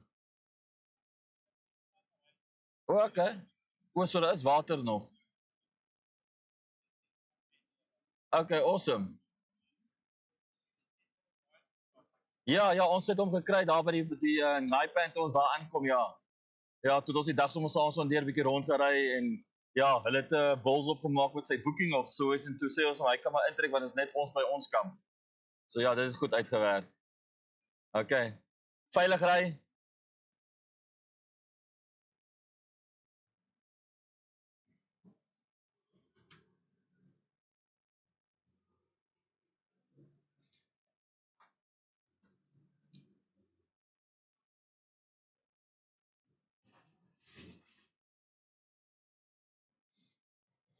Wat is die audio situasie?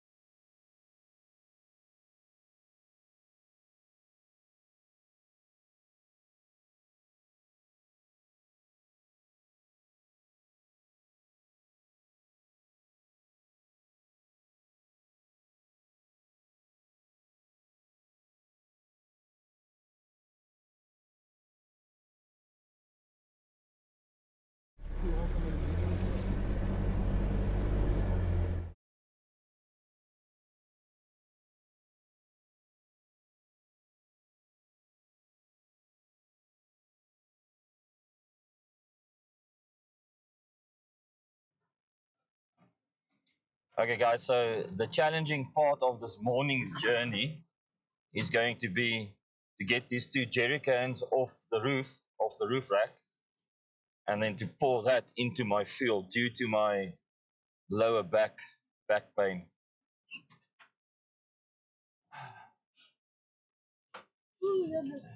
You do not want to come through here at high speeds.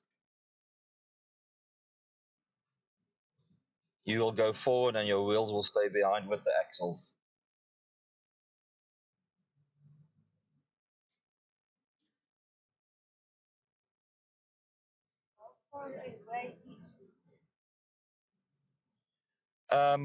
I didn't reset my odometer and I didn't take a reading from the 14-kilometer mark, but our range,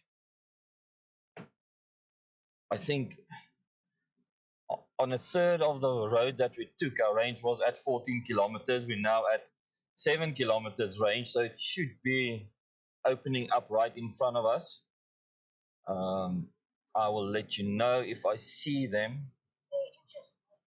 No, there's no entrance gates. You just drive into it. It's just an open pan with the famous Baines Baobab drawing of the actual baobabs there. Not the drawing, but the actual baobabs that you find in the drawing is there. You won't find the actual drawing there.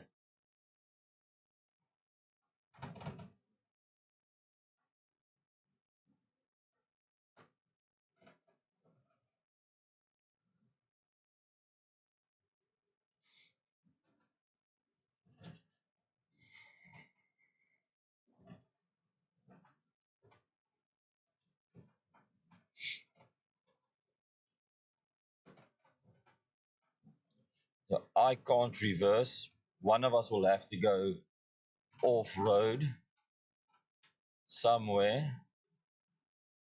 And I hope they can. Oh, they've ducked in first. And I'll see if I can meet them halfway.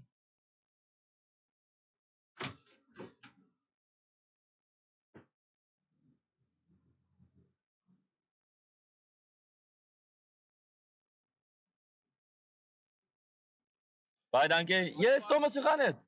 Lekker man. Ja? Is dit reg daar? Ja, die eerste pannetjie kan nie deur uit. Okay, cool. Net die groot pan. Reg so. Okay.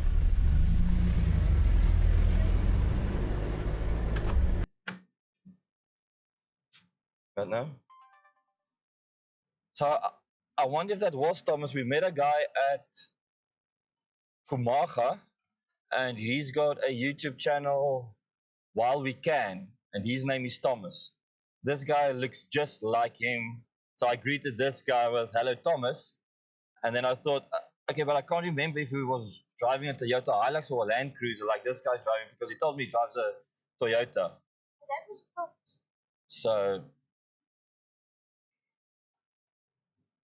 might not have been him. He looks exactly the same.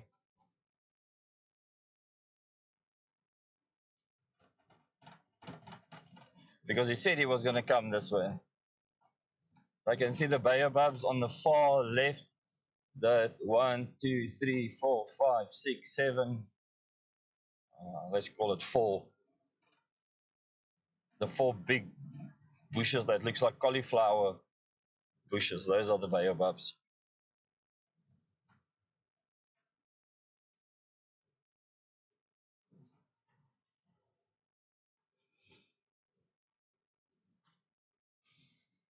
Okay, and here it starts getting wet. Which road is the best one to take? Left or right? The one in front of me has got much more water in.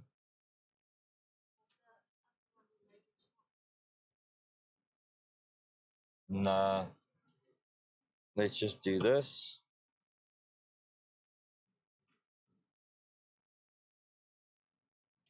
Engage for low. So, yeah. Seems like they came through left or right.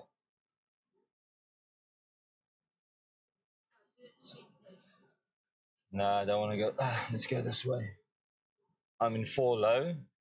So,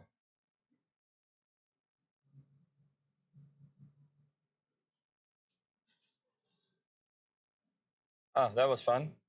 That wasn't as bad as I thought it would be. So now I'm just going to go back to 4 high. Go.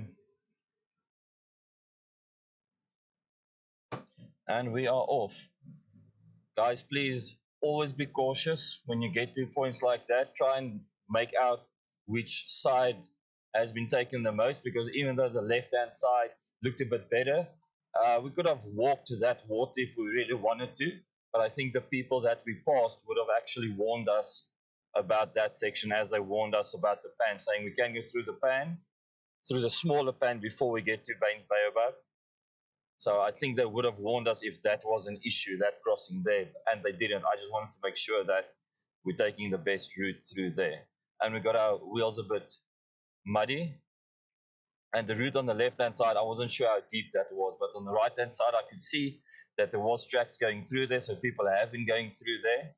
and I could see the mud layer more clearer than I could see the bottom of that 2-track on the left side, on the left fork.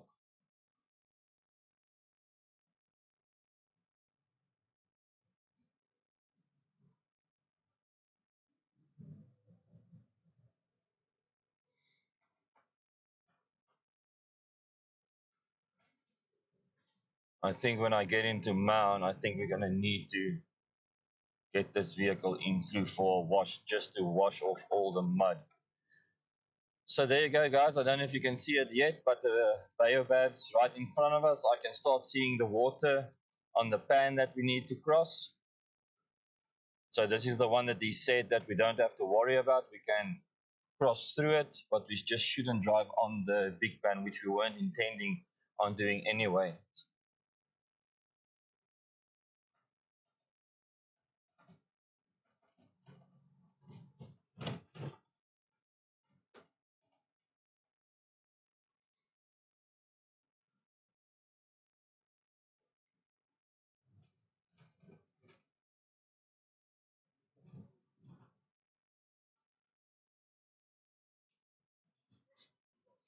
No, this is the bigger pan on the left. We're going to cross a section of it on the front now.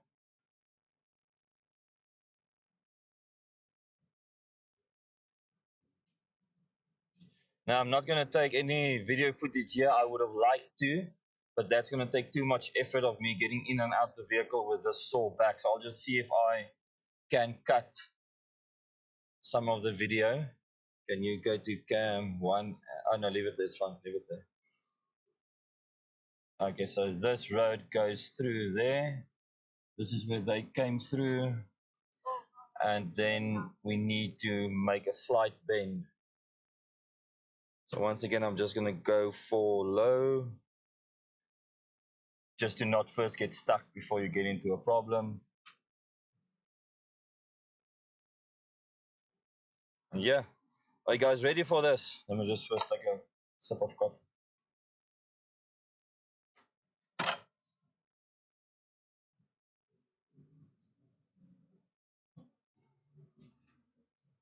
I can see the tracks. I'm in the tracks, going slowly now. It's not very deep. Okay, hopefully the vehicle gets cleaned a bit. The undercarriage, because this mud sits on the undercarriage, and then it weighs you down, and then it also costs you more in fuel. Okay, so that was fairly easy. No issues. So just quick, I know for a lot of guys that are seasoned overlanders, seasoned 4x4 drivers, but it's happened to me, and I sat next to people driving 4x4s, and it happened to them. To engage 4 low, you first need to stop your vehicle. You need to put your vehicle in neutral, and then you need to go into 4 low. If you are in drive or reverse or park, it won't engage. And with the Toyota Hilux, you first need to engage 4 high before you go into 4 low.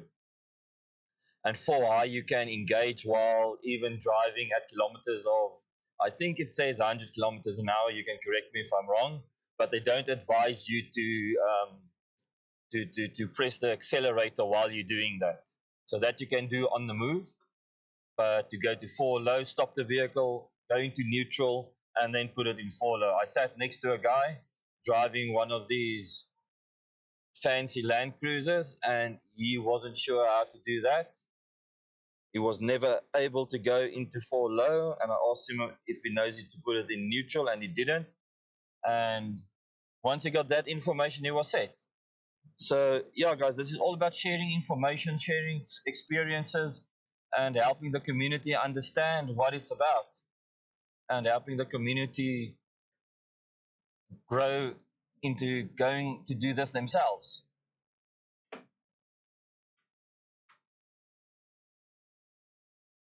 So there are 2 things that catches a person out in this area. Number 1, laziness to air down tires. Number 2, laziness or egotistical mindsets, do not engage for high or for low. I think, in my opinion, I think those are the two things that will get you into trouble the most out here. If you've got any other comments or any other convictions about that, please share it with us so that we can add that to the list. So here you'll see Baines Baobabs. Right in front of you, we're going to go just slightly onto the ridge of the pan as far as this road allows us, and then we're going to turn left. I'm going to try and turn the vehicle around so that the camera on the passenger side will show it. So here we go, guys. Baines Baobab, the pans. Usually this has no water in. It's completely dry, and you can drive right across to the baobab on the other side of this pan. So you see, here's the board's campsite 2 and 3.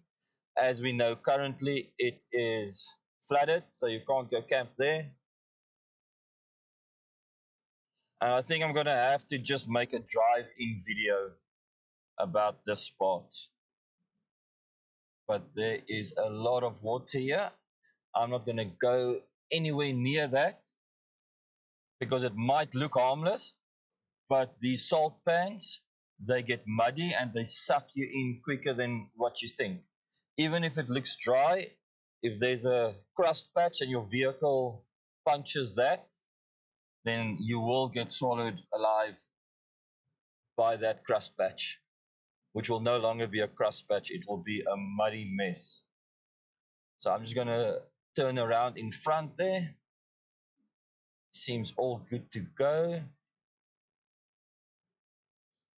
Can't you stop under the baobab? I'm going to. I need to turn the vehicle around.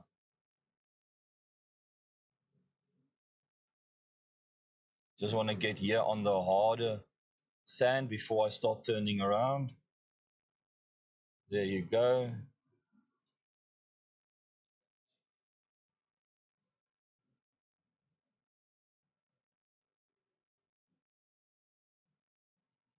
Okay, guys, so there you can get a nice view of the baobabs on the front. I would have liked to go more to the left to get this camera view away a bit, but we might be able to tilt it upwards. Let me just have a look here. Yeah, let's just go back through this route.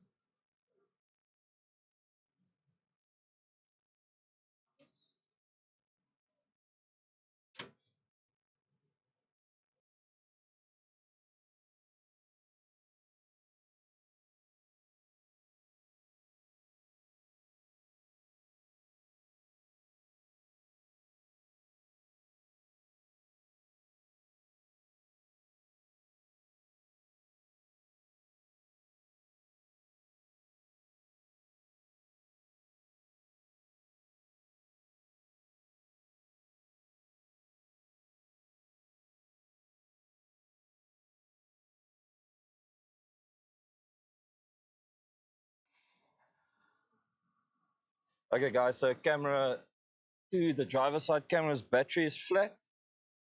I'm just gonna change it out quickly.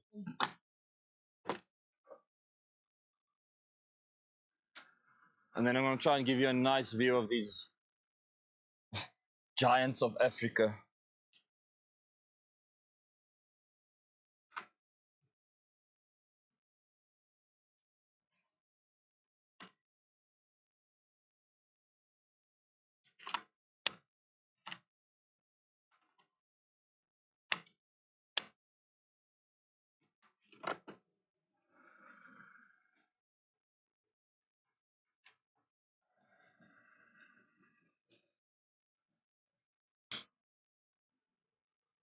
Waar is die selfie stick?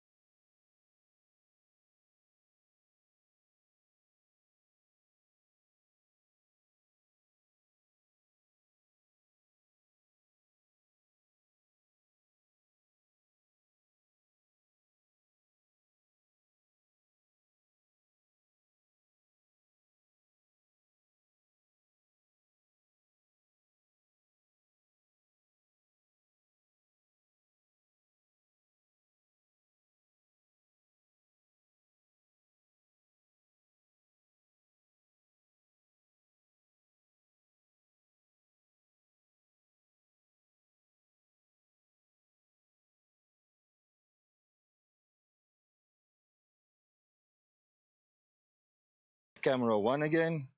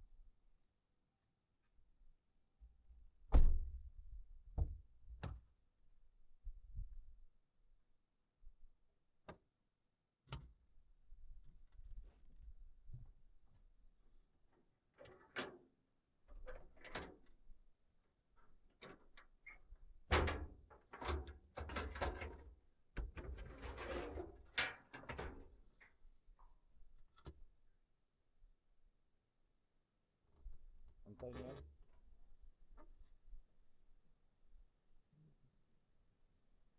Bediening hier vanaf kry. En dan jy dit vat. Wow.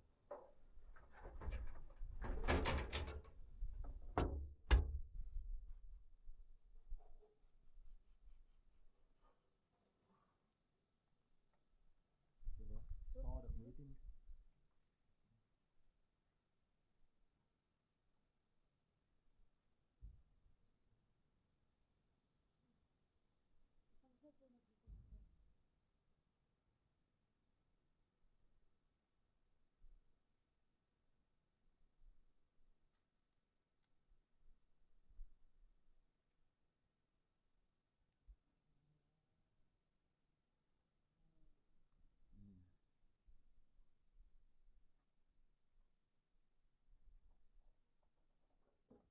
Dat was het altijd op een punt.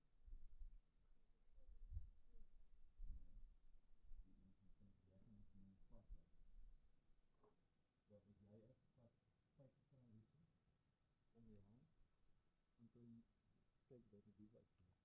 Daarom mag je niet gaan vallen of iets anders gebeuren. Dat je niet denkt.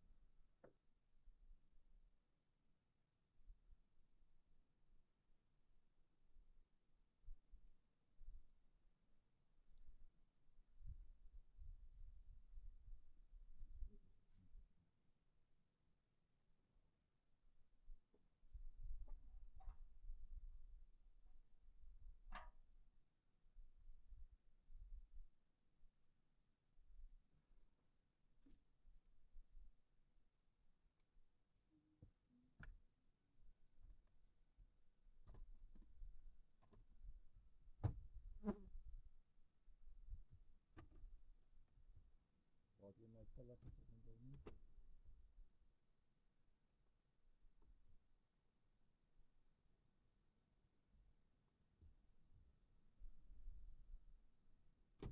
Wat je met zelf is.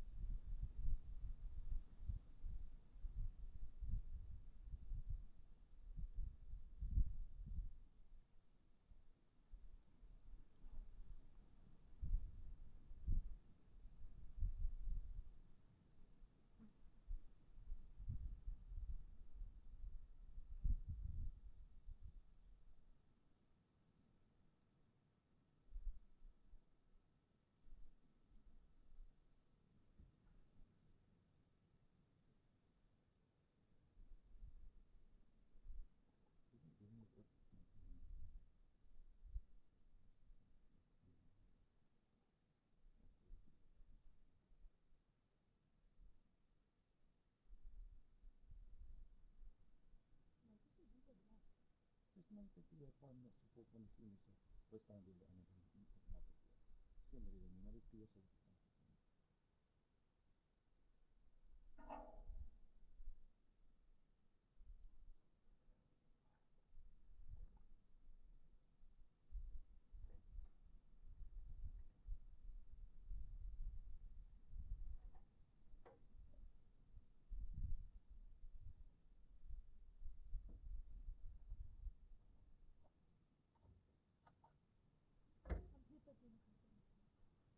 Ja, so net weer dat dit nie iets met die baan.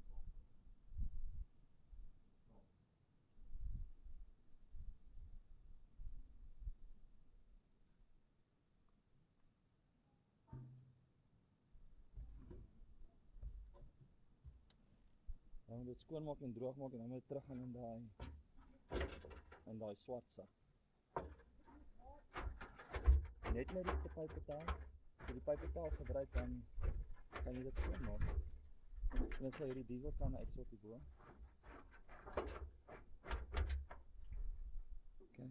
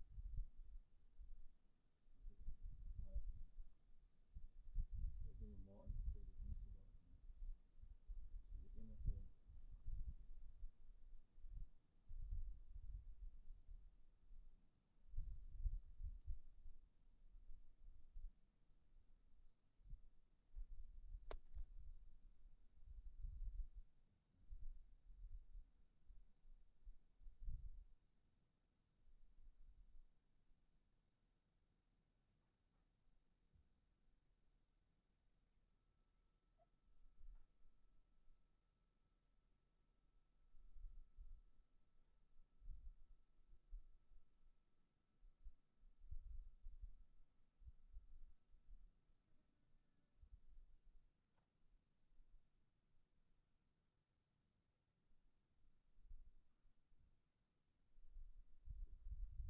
Die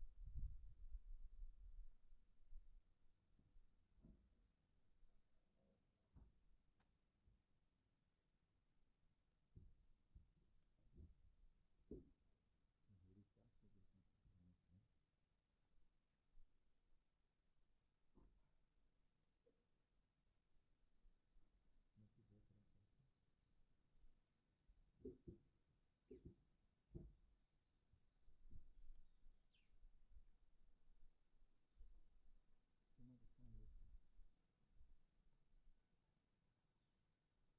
Kring die goed dat nie dit is skoon nie. Daar gaan al die geplak.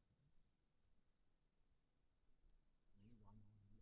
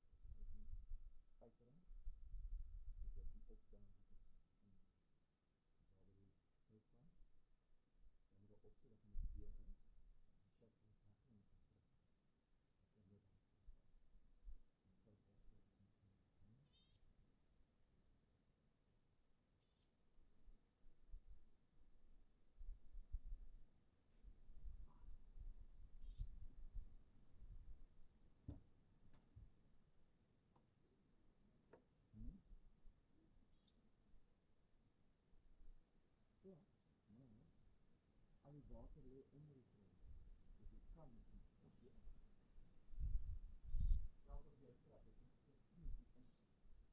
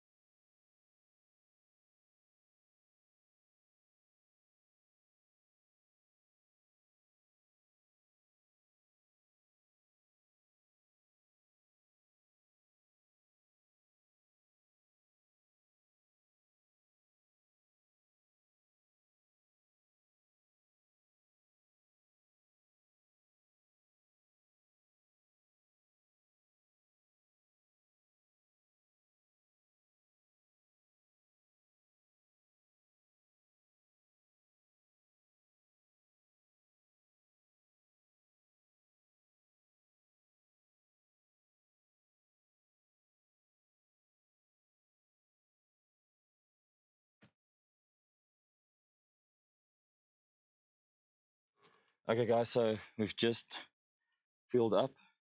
Decided to only put in 20 liters now, and if we need to put in more when we get to the gate, then that's probably what we're gonna have to do. And then maybe I can get someone there to help me with that. I don't want to overstrain my back if not needed. So hope you enjoyed Baines Baobab with the flooded salt pan, and I've just set up the camera just to get a shot for post-production.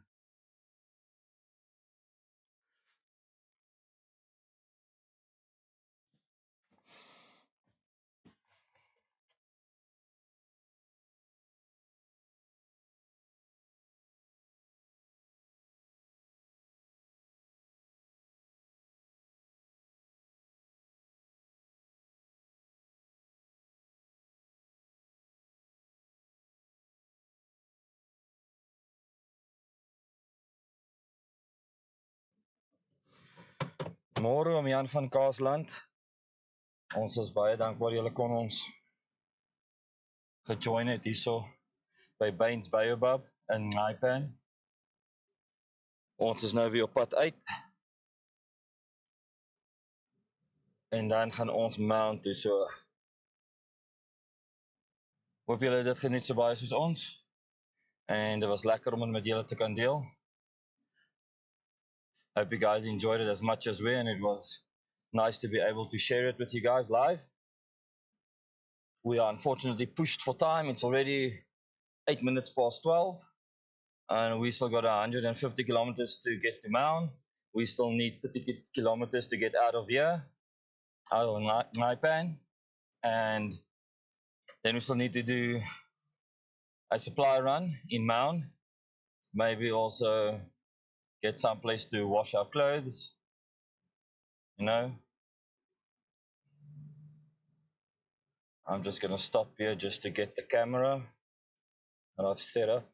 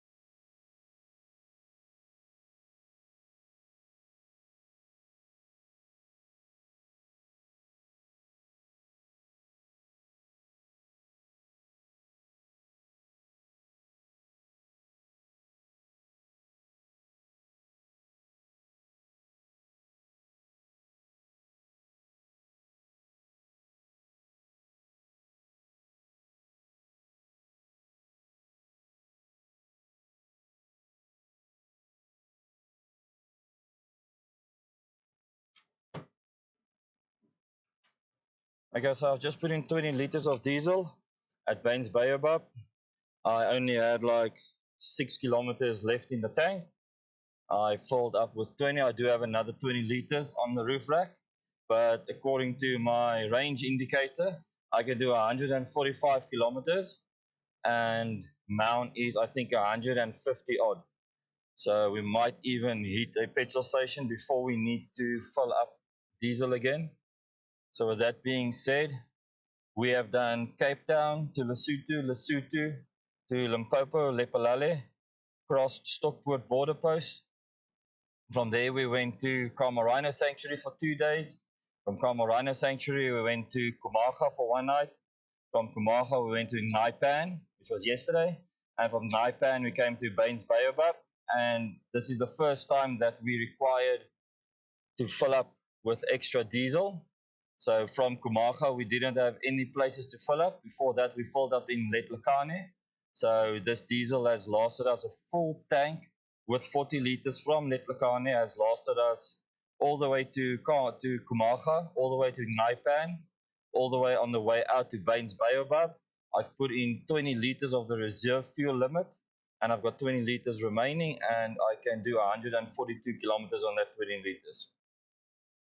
So let's test and see if this 142 will take us all the way to Maun. I doubt it, but we're just going to stop here quickly, and you're going to get some behind the scenes live footage of what it takes to actually set up cameras and film your adventure. So I'm going to park the vehicle just here, set up the camera here, do a drive through, and then come back again. So then I've got a footage of us going out and in, then pack up the camera, and then finally go out.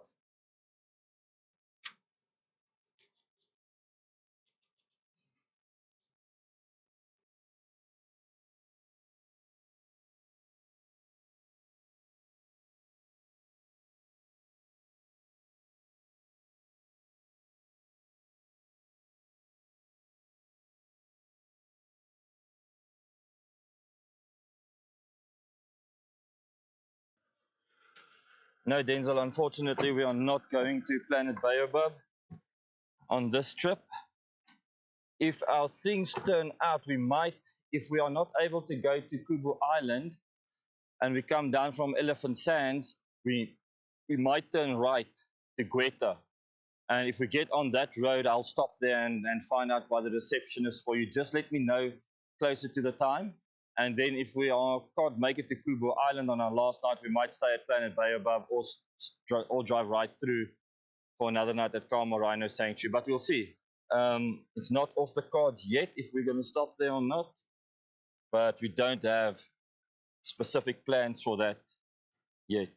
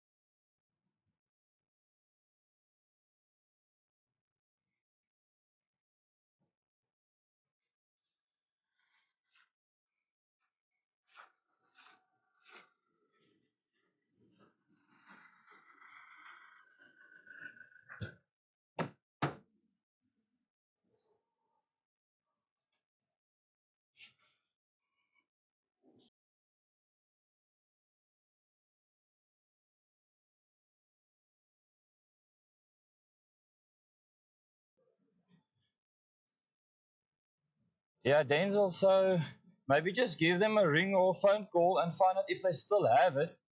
Because if they can confirm that they've got it, then I'll try to work it into the schedule to get it to you. But if they confirm that they don't have it, then obviously it's not going to be worth my while even to go check in. So we've got still another couple of days, I think. 1, 2, 3, 4, 5, 6, 7, 8, 9, 10 days before we get there. So yeah, you've got ample time to maybe just contact them. So I've just driven through the pan to get the video shot. I should be out of frame by now. And now I need to reverse and go back, get it from the other side. And this way I got two shots. Two shots from one setup. If I,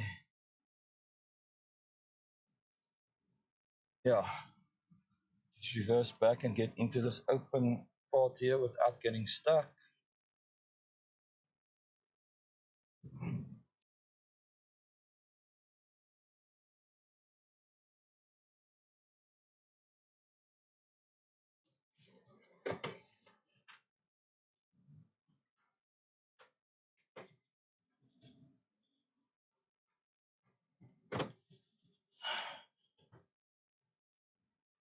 And now the thing is, when you set up your camera like that, you must take note of the area that is in frame for your shot, because you don't want to start your shot too far in the frame or too far out of the frame. Too far out of the frame is better than too far into the frame, because then you miss some video time that you could have gotten.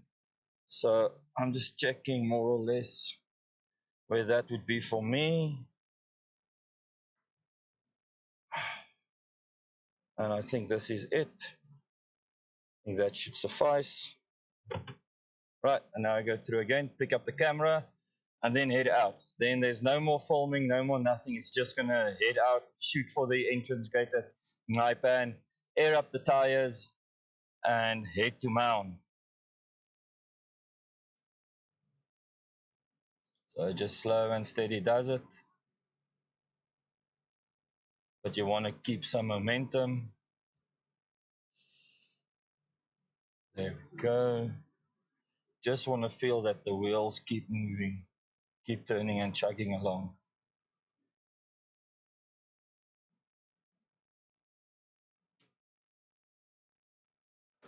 Now driving out of the pan, past the camera to get out of the frame.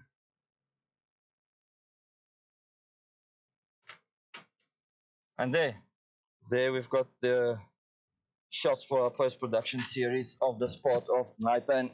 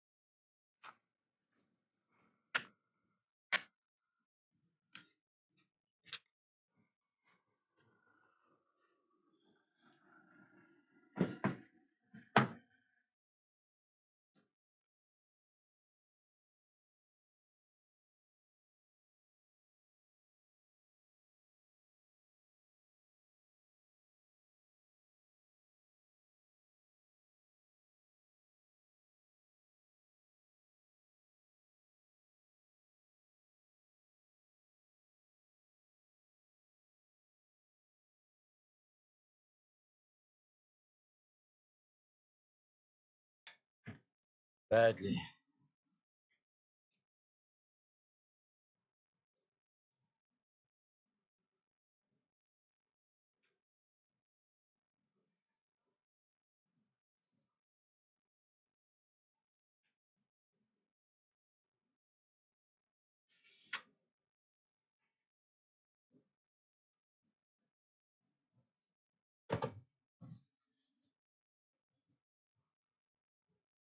I don't want to go too far off the path.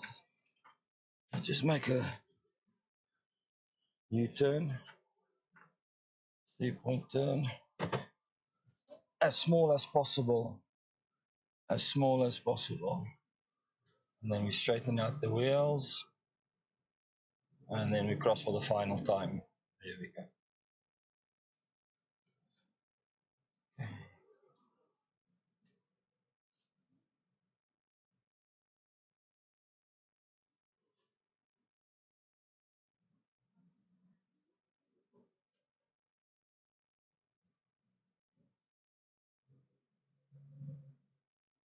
Okay, we're out there. Just get it out of follow.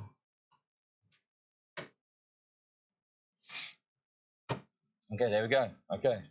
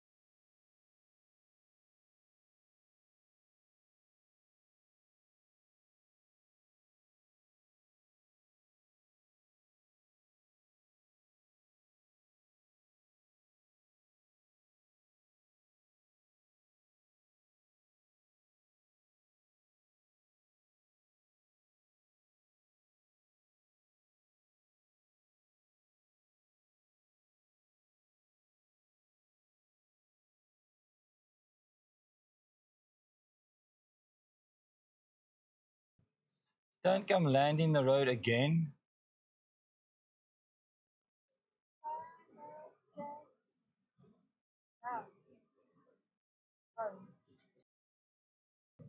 Sorry.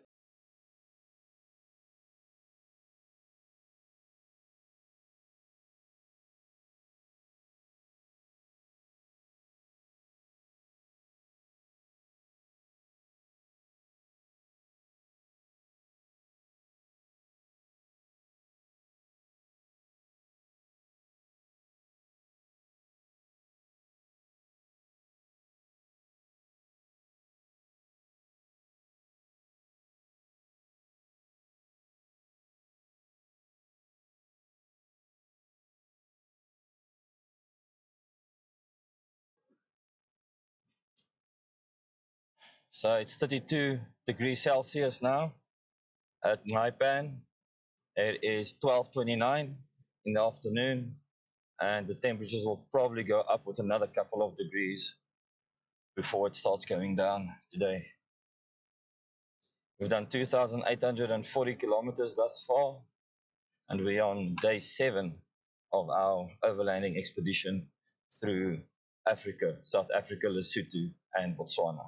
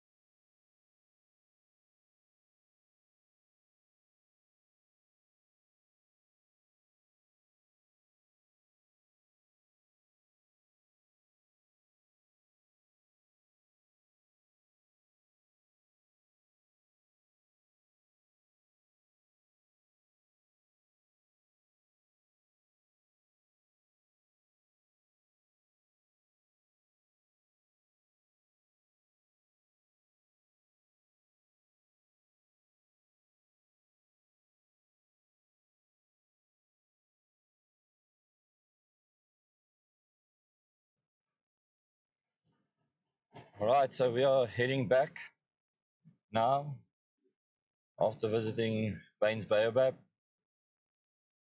So we're heading back to the entrance gate of Nxai.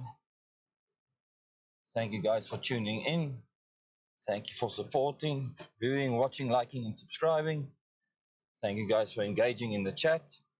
That all helps the channel and the content grow, and we appreciate that.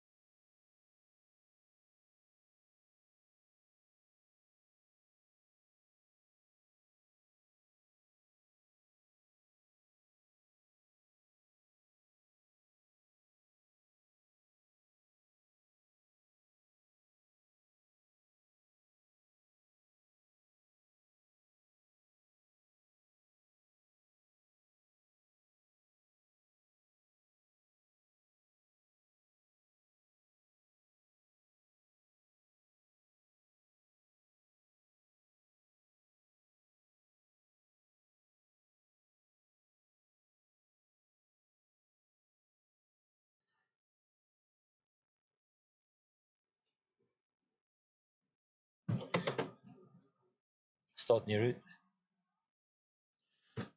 Yeah, Denzel. So I actually wanted to say something as we left Baines Baobab because I remembered that I think we wanted to book a night there at Planet Baobab, but I think they burned down and they're busy with renovations. Ryan also confirmed last night that they have burned down and not sure if they are back up again. So I think that's the problem there. I just spoke to these guys that passed us, and he said about a kilometer from where we are, if we stay on the road, there's about 6 elephant. So if we don't take too long, we might get a sighting of that. Hmm? Vroom vroom and ride fast. Yeah, ride safe. Vroom vroom and drive safe.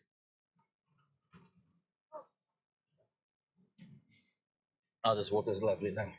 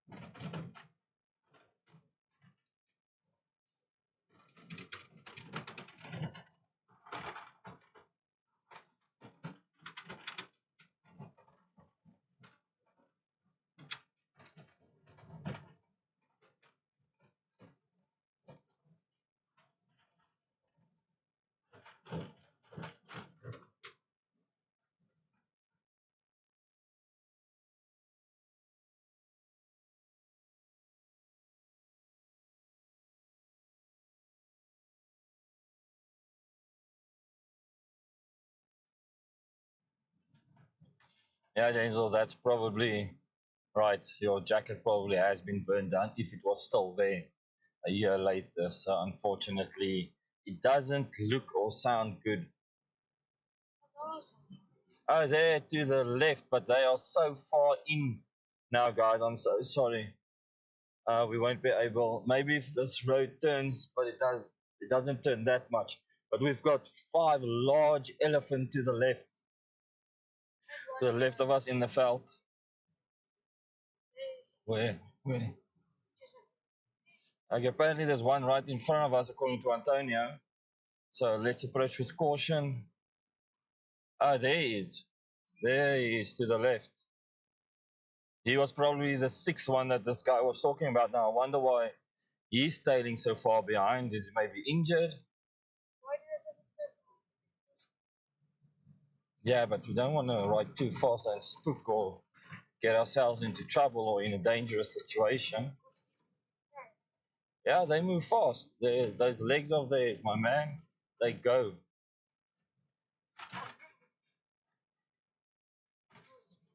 If we were like, I think 30 minutes earlier, we would have caught them on the right-hand side. And I don't see any others approaching.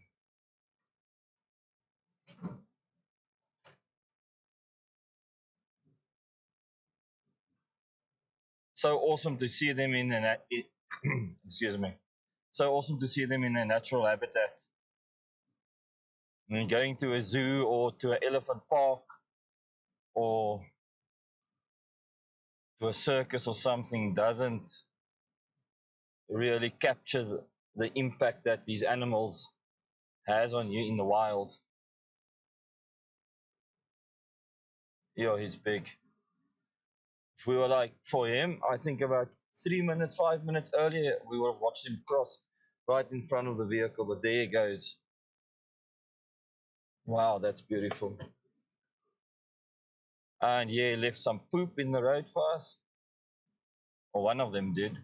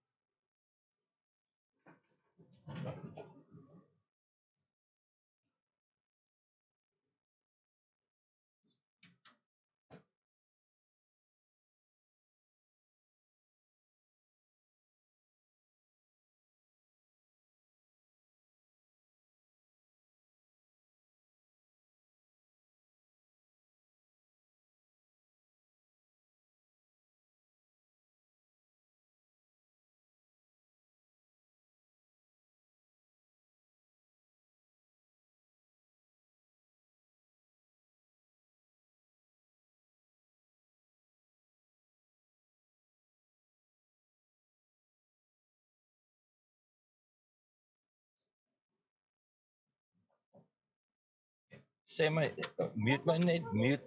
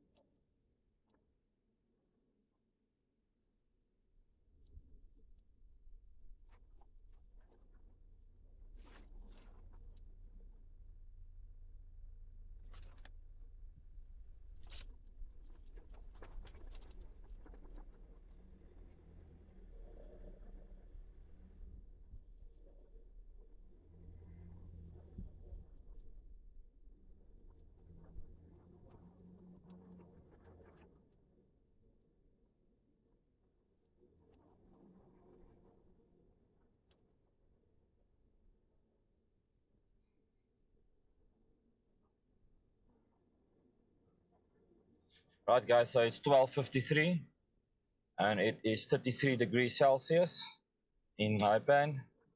We are 7.9 kilometers away from the main road that leads to the entrance gate from Nxai, and we are 166 kilometers away from Maun, and I've got a range of 130 kilometers according to my vehicle's range estimation, and I've got another 20 liters of fuel on top of the roof.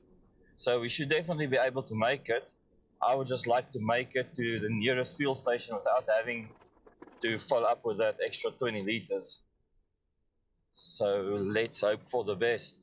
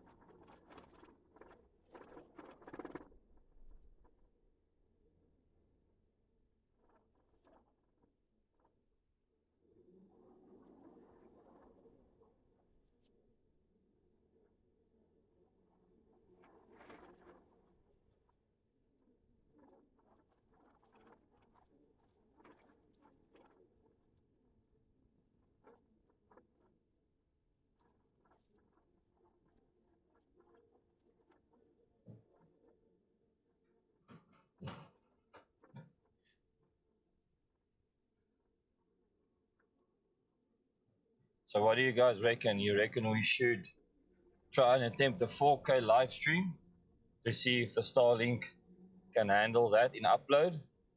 I mean, I think maybe between one of our shorter distances, like it's the 30-kilometer distance, 27-kilometer distances, I think maybe on one of those routes we can try a 4K stream, because I'm going to have to reconfigure the broadcasting software for that. But yeah, let me know in the comments or in the chat. Obviously, if you're watching this after the live stream, then I won't get that feedback in time to attempt the 4K live stream.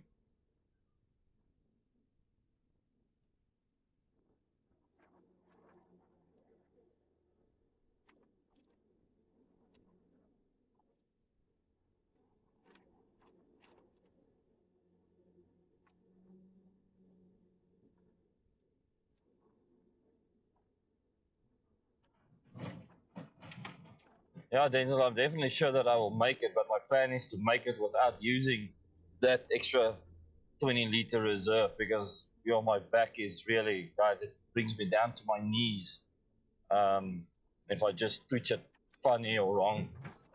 So that's why I just filled up the one, or that's why I just filled up with one 20-liter diesel jerry can, because if I can make it to someplace closer to the nearest fuel station without having to do that, that would be great. Otherwise, I'll have to suffer the pain next to the road and put it in.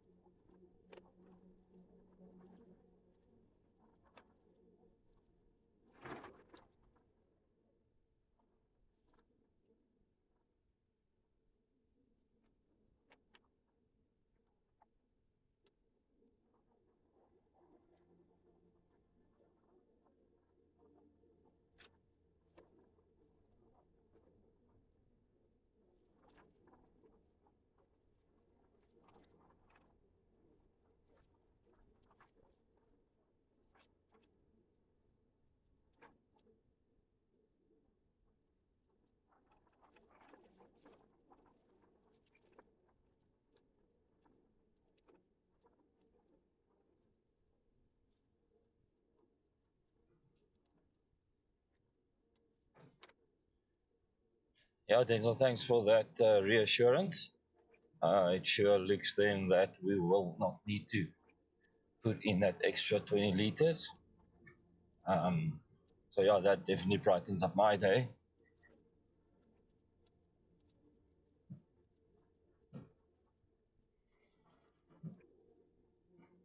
These roads can tire a person out. And then the sun is also beaming down.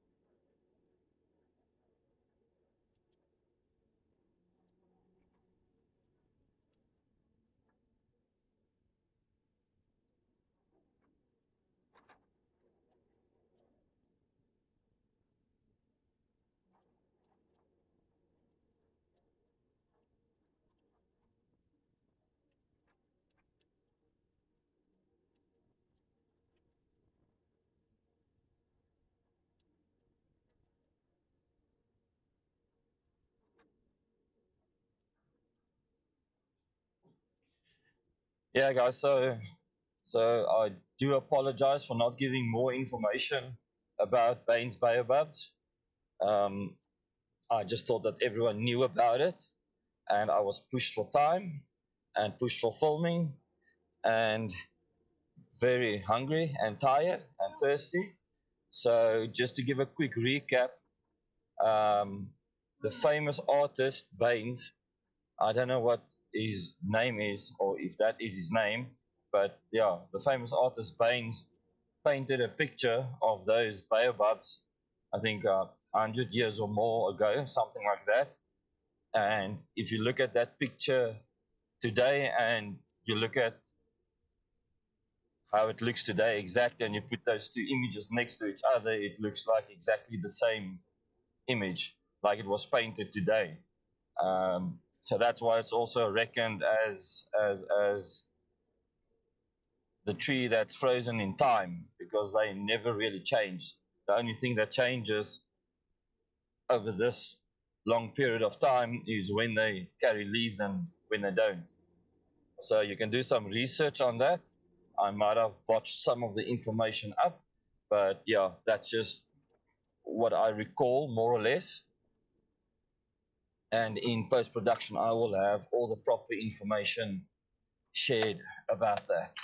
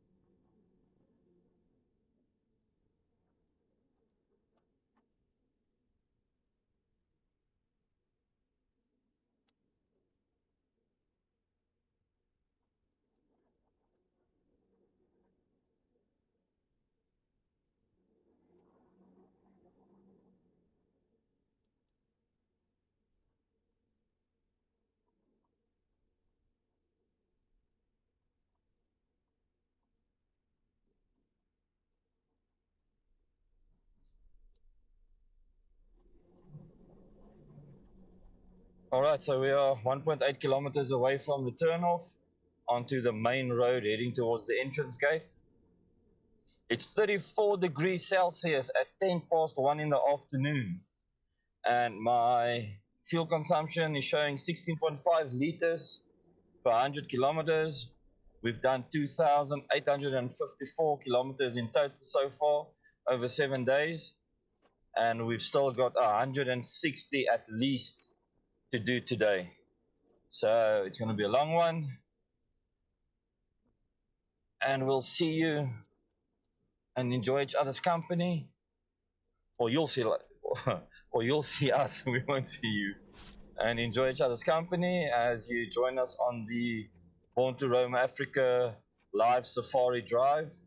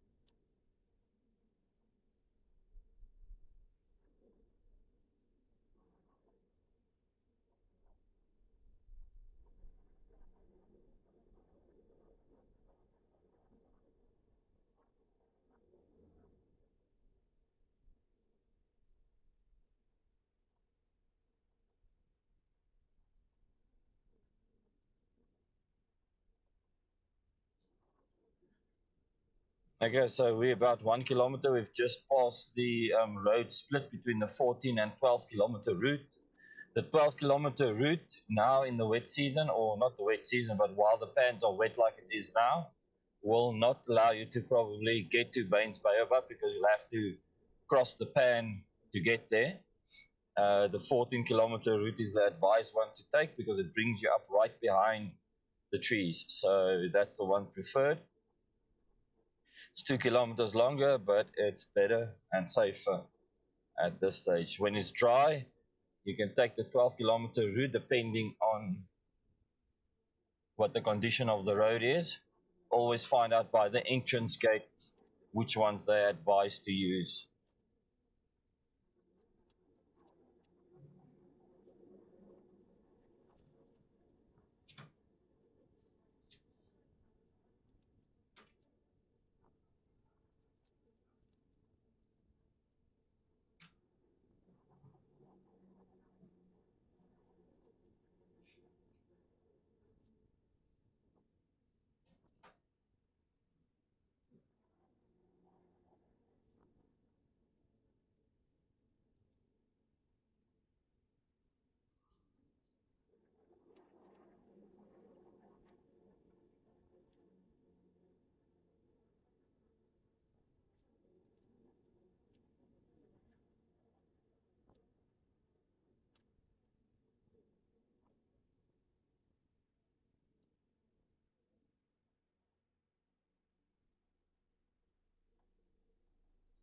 Okay, guys, we've got zebra right in the road in front of us. I'm going to approach very slowly. I don't want to scare them, but they are very skittish. There, the two babies run off behind mama, and there's more coming up in front of us. And this is just less than a kilometer after the turnoff. And I don't have a camera on the passenger side, otherwise I could have switched to that one.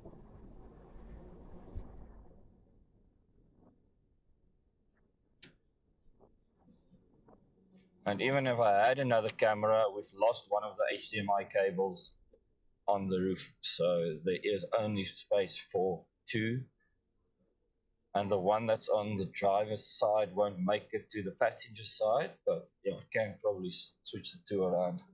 Anyways, here's our exit from the route to Baines Baobab. So from this road, it's either 13 or 15 kilometers, because it is a kilometer in before you hit the split between the two routes. And we're going to turn left here. If you turn right, you go to Nxai. My mouth is very dry, so I can't pronounce that properly now. And nice, here we're back on the big road again, get some water. Try to make up some time, but not be too hasty. I'm just going to take another two comprals. Antonio, please hand me two comprals, please.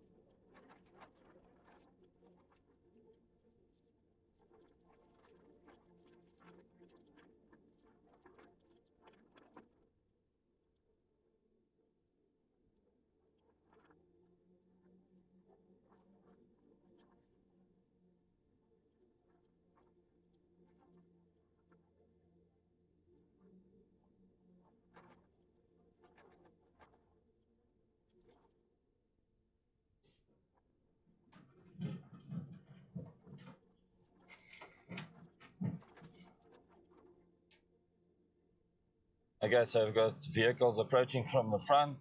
This road is a bit wider, so I'm just going to try and stay to the left, as far left as possible in these tracks over here, as far as it allows me to.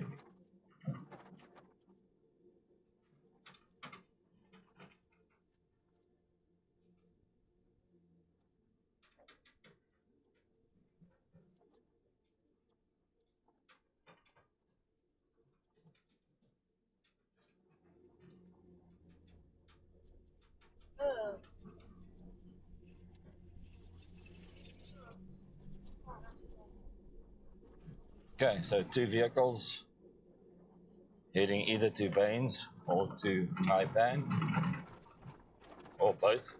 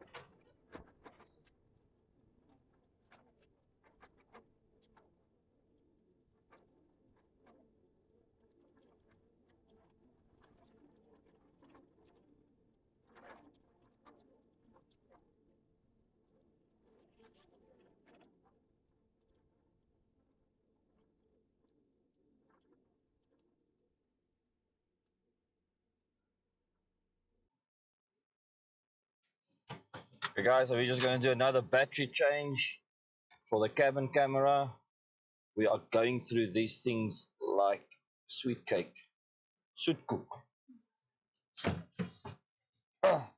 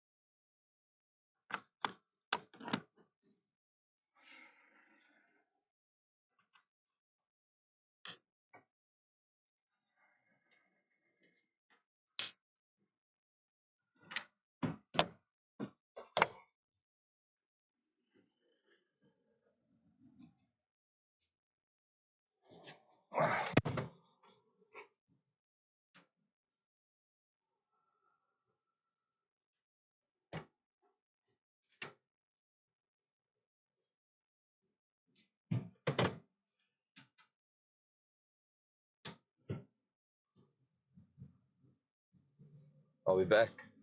Yes. Okay, guys, so production manager Antonio next to me confirms that we are back up. Just did a battery swap quickly. We are 14 kilometers away from the turn to the left on the short piece of gravel before you hit the entrance gate.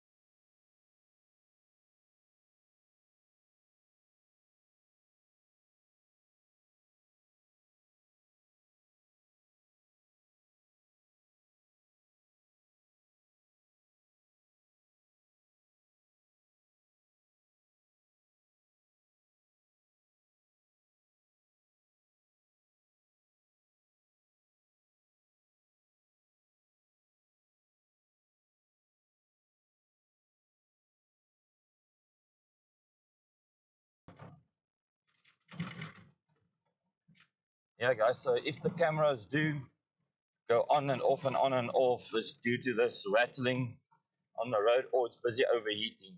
So just bear with us because the camera on top is fixed to the front runner roof rack with a solid mounting, and I can just imagine how much vibration is transferring through that whole roof rack. So just bear with the camera's abilities to maintain the feed. Huh?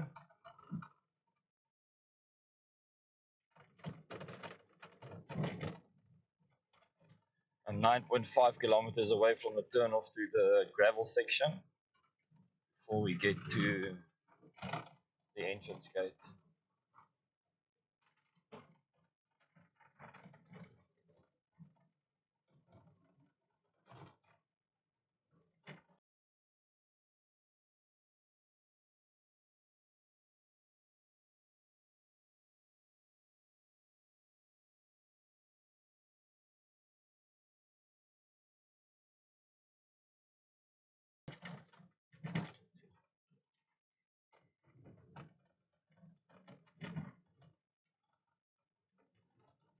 Let's do this.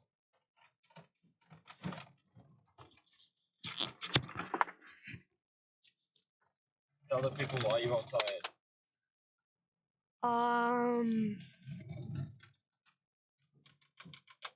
What have you been doing that validates you to be so tired as you appear? I'm setting up campsites. Do what? I'm setting you're up. setting up camps yourself. Yeah. Okay.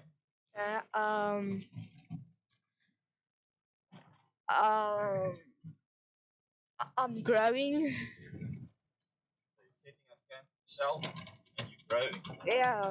And that validates you to be so tired. Yeah. Really.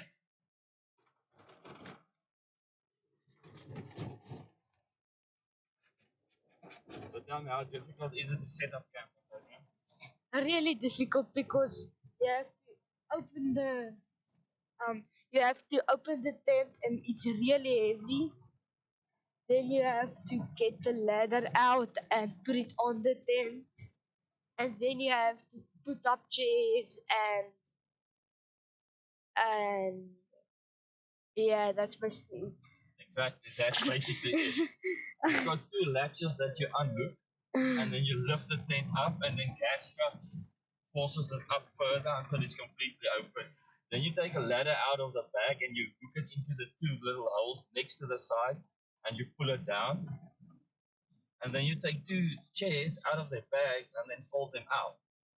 And then I go and I just unzip the awning bag and walk around with it. And you're saying that's what makes you tired? Yes, really. Okay, so next time we'll get ground tents.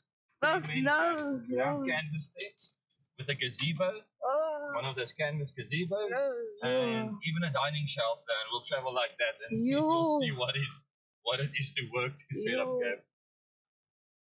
camp. No. Just give me that mic. Yeah, so these kids of today, I don't think that they realize or know about the real struggle of setting up camp in the days we used to set up camp properly.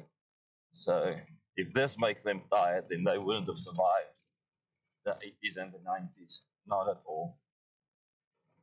Give a comment about that and tell us what was your most difficult and complicated camp setup that you've ever done or had to do or were forced to do. This thing's magnet. So yeah, it fell down the side over here. So it's not lost, it's somewhere here.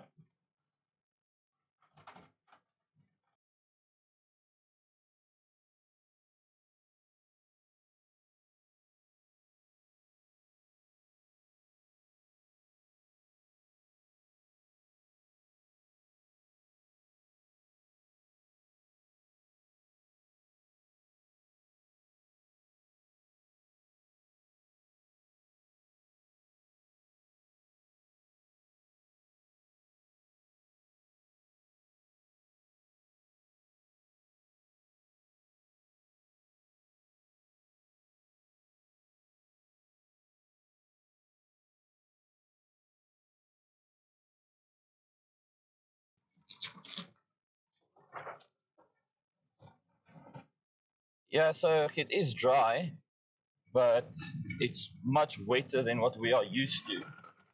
So at least the rain stopped. I think it was raining till about a week ago.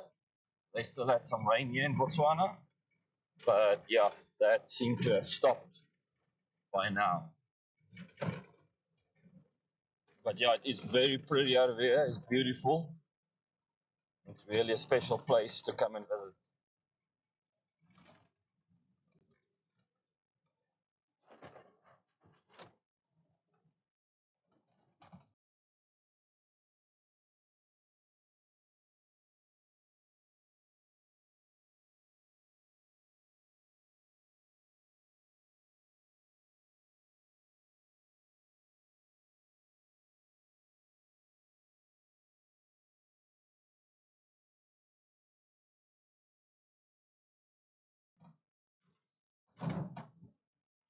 Yeah, I'm not sure if you're asking us if we are sleeping in the cabin of the truck or if you are telling us to, because we are sleeping in the rooftop tent on the back of the vehicle. So that's where we're sleeping, and there's no space to sleep in the cabin because all the camera gear and broadcasting equipment that we are carting with us.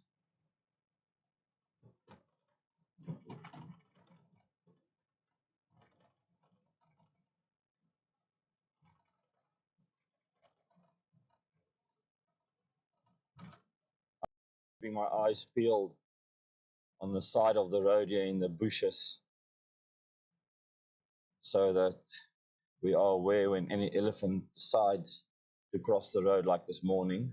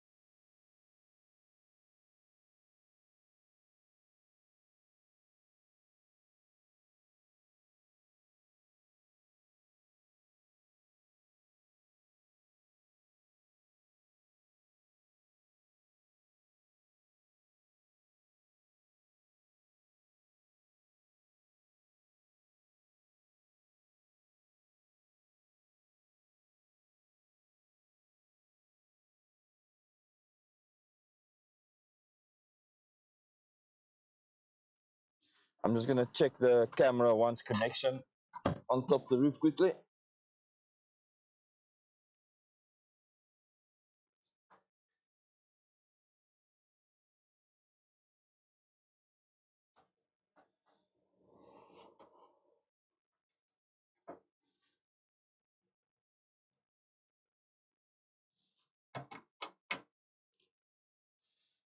Is het nou weer aan?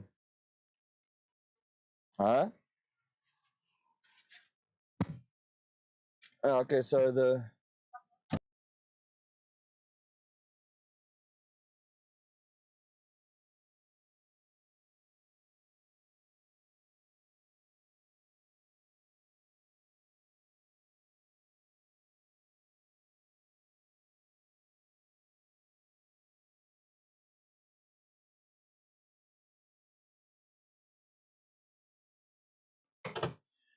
okay, now I understand. So that's the hardest camping you've done before, was to sleep in the cabin of your truck.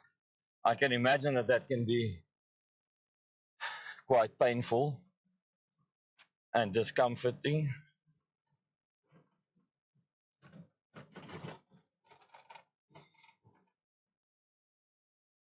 So the camera on top of the cabin still got 19% battery power left. I don't know if it goes as low as that, if that causes the outages, or if it is the shaky. I think it's still just the shaking of the road. But we should be off here in 4 kilometers. And then we hit the tar road, which is full of potholes, by the way. I actually wanted to have been in Maun already this time. It's 22.2, it's 33 degrees Celsius. And we've done 2,869 kilometers. Current fuel consumption 15.7 liters on 100 kilometers.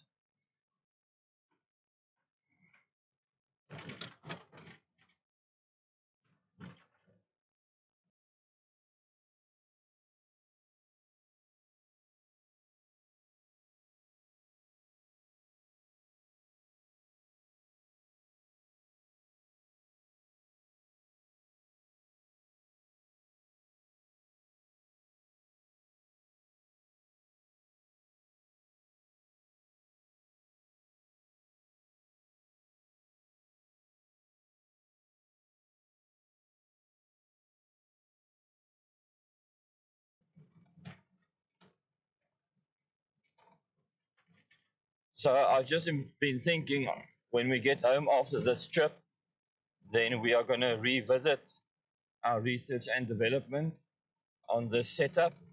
We're going to refine it to get the footprint much smaller, much more optimized. I know of all the technology required to optimize it, but this was the first proof of concept run, and I think so far it's going very well.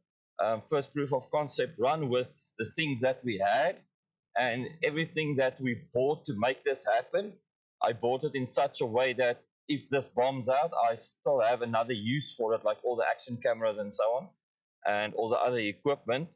So it's not really money wasted if the stream didn't work out. So now, and I knew about all the other technologies to optimize the setup, but I didn't want to go too far into the budget, spending finances on that, seeing that we are not sponsored by anyone. We are doing this completely private. And now when I get home, I'm going to revisit all those options and integrate it into the system, but that's going to require a lot of upgrades in compute power also. And then also what I'm thinking about is building different scenes, even with our telemetry being broadcasted to it, so that I don't have to tell you, how far we've driven, what the temperature is. All of that needs to be on screen, populated automatically. Do you guys think that that would be cool to see? Because I know that you're probably watching this and you're wondering, where are you now? How far have you driven? And then you have to wait for me to actually report on that. So I'll try to report on that on every beginning of the stream and every end of the stream, and then during the stream. But going on in the future, we'll try and get that telemetry on the other broadcast live stream out to you guys to always be visible.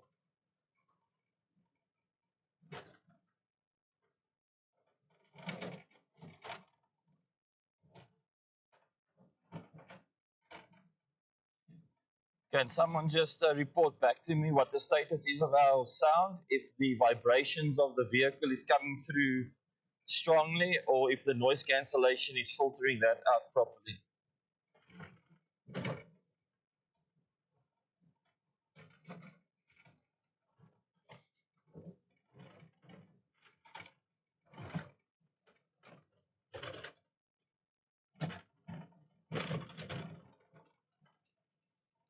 Mute.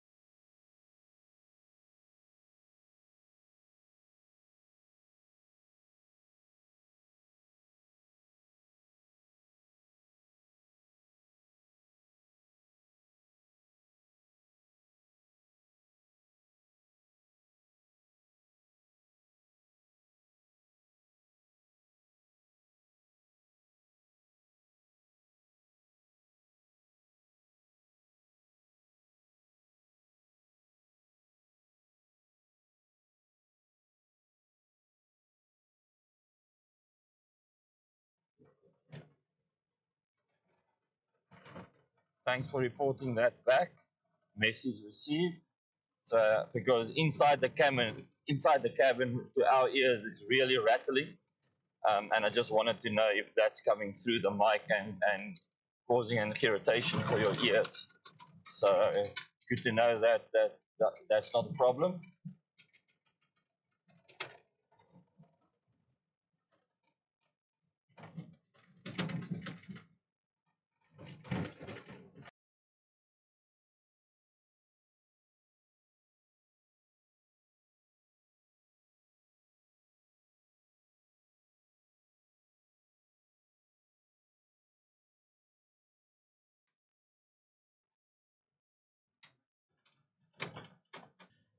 Okay, so we are on the last piece of gravel strip before we turn right in 650 meters, which will give us another short sandy path to the entrance gate of the Nxai area. And that will conclude our Nxai visit.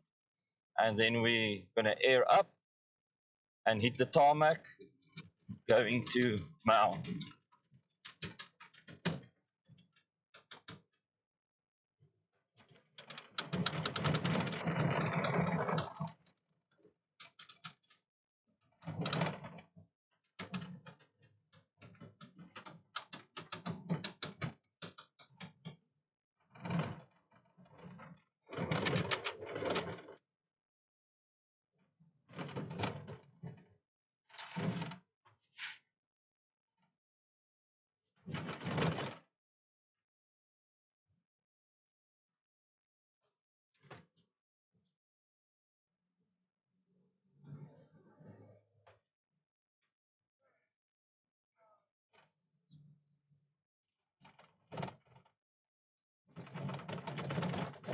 Okay, so it's 1 kilometer to the tarmac. So we will reach the entrance gate before 1 kilometer.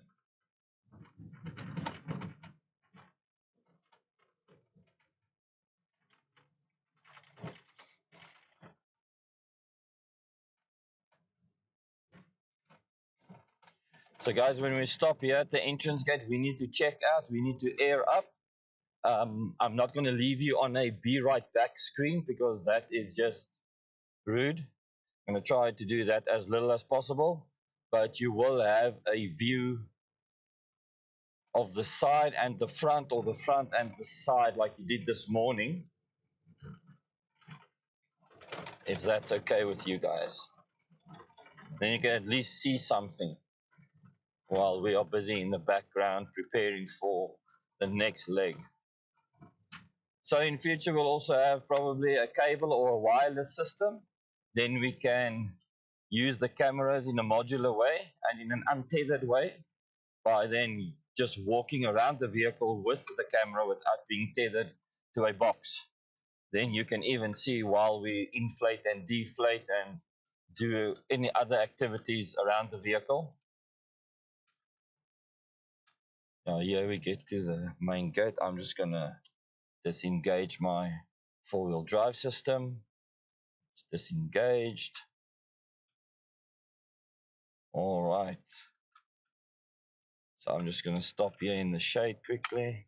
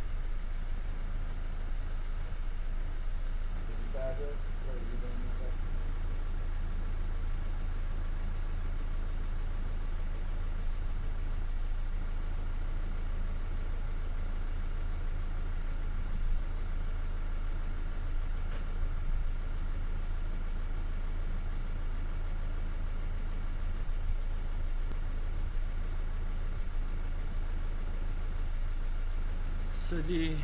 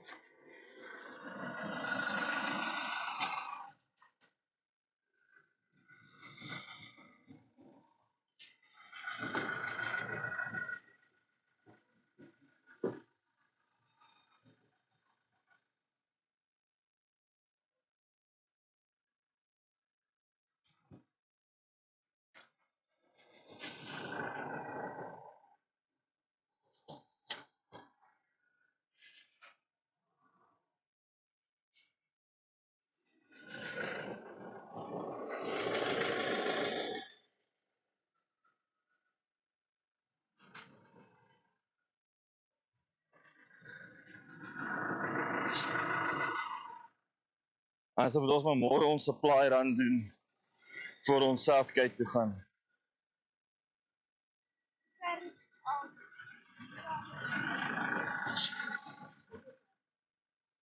Hoe ver is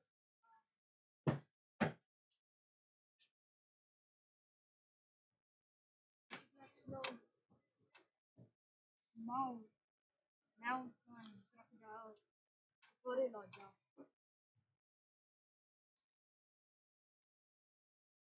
As dit net so 10 km Okay.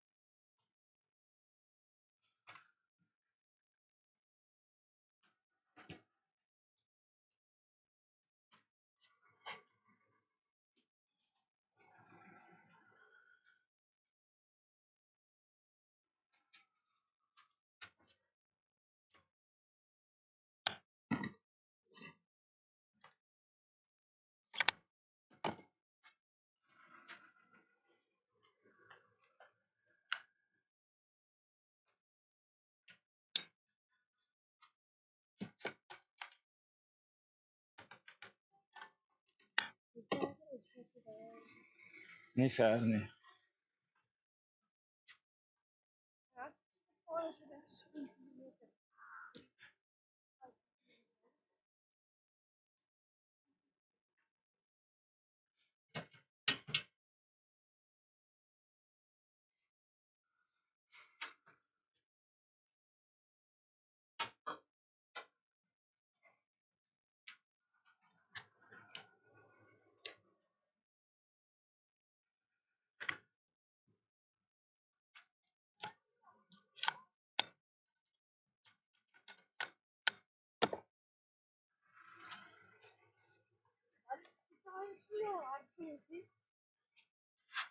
Ek pomp dit mos nie nou nie.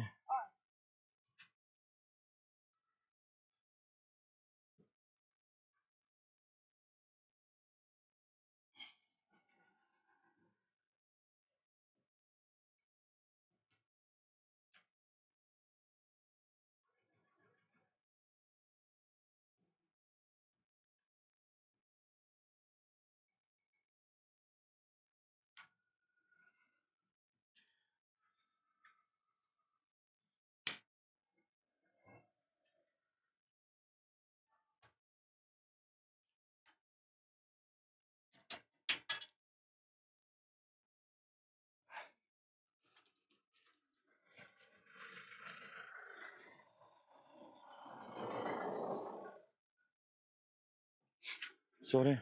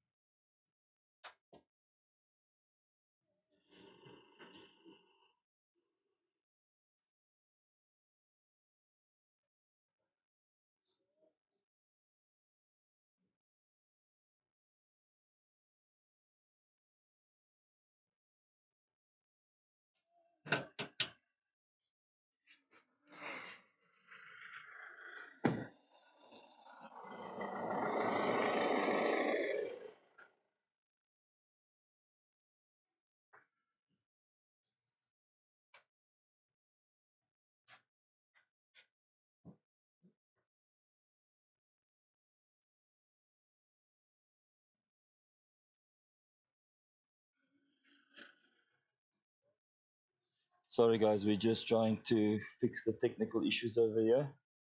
We're busy airing up and we stood under the thatch roof and that blocked the Starlink signal.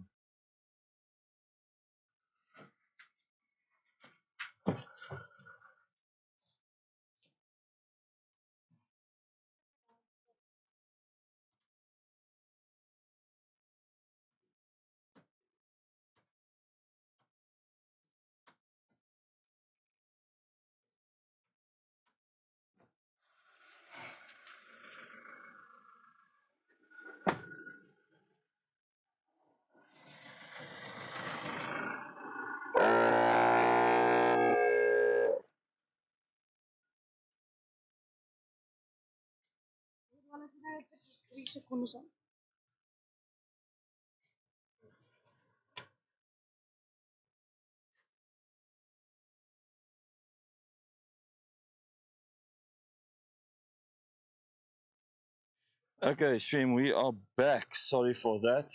We had to change batteries. We had to get underneath the thatch roof to clear up the Starlink signal. We are currently airing tires up.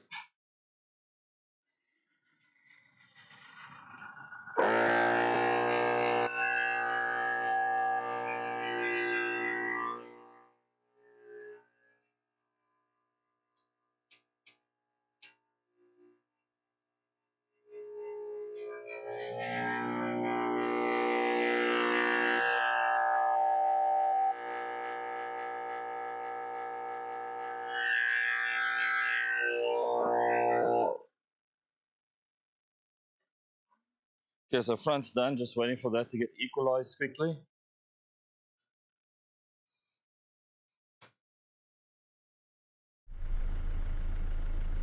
Okay, there you can see the side of where we stopped and the front, but that's not very picture, so let's just go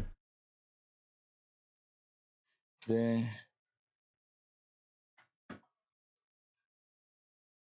Let's refresh our overlay stuff.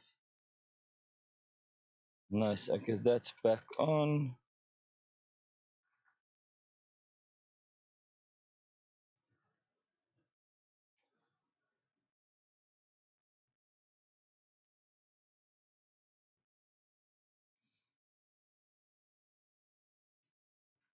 All right, that seems to be good.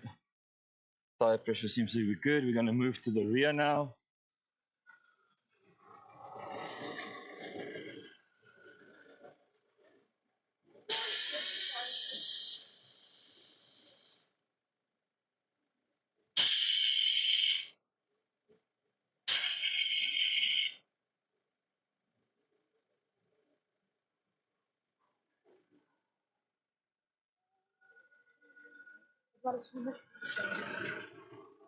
Yeah.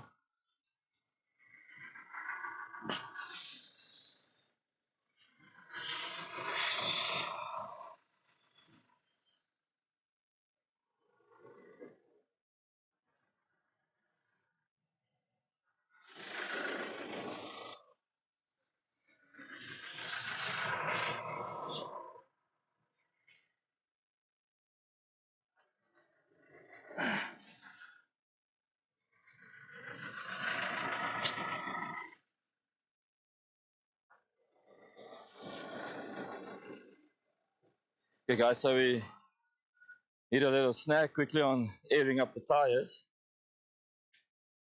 The one valve front right had so much mud in that when I unclipped the hose from the valve, the pin stayed in and it kept on deflating until I just pushed up again. Now it released. Now I just have to equalize the tires again.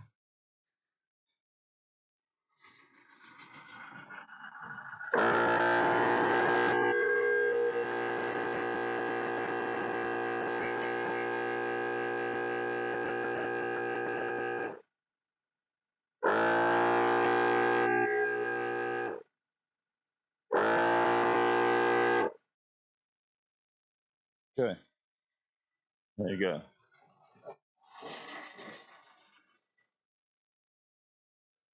Now I just need to keep a little stick by me for if it happens again, so that I can react quicker. And it didn't happen again. Cool. Check the other side.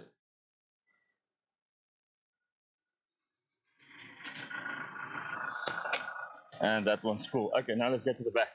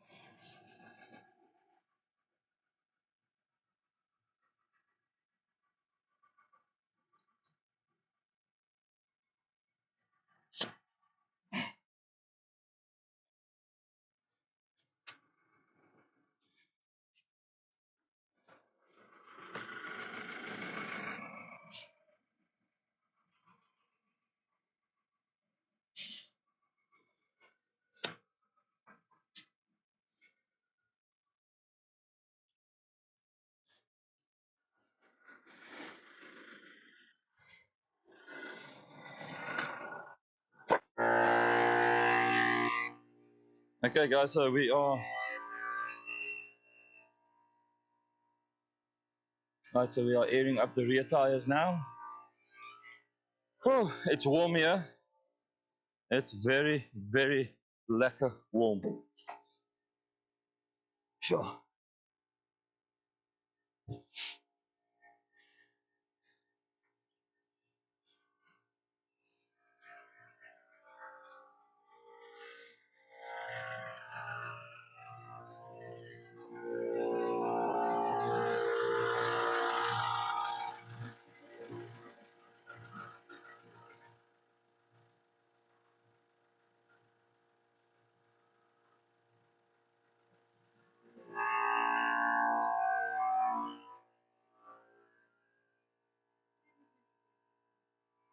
Training.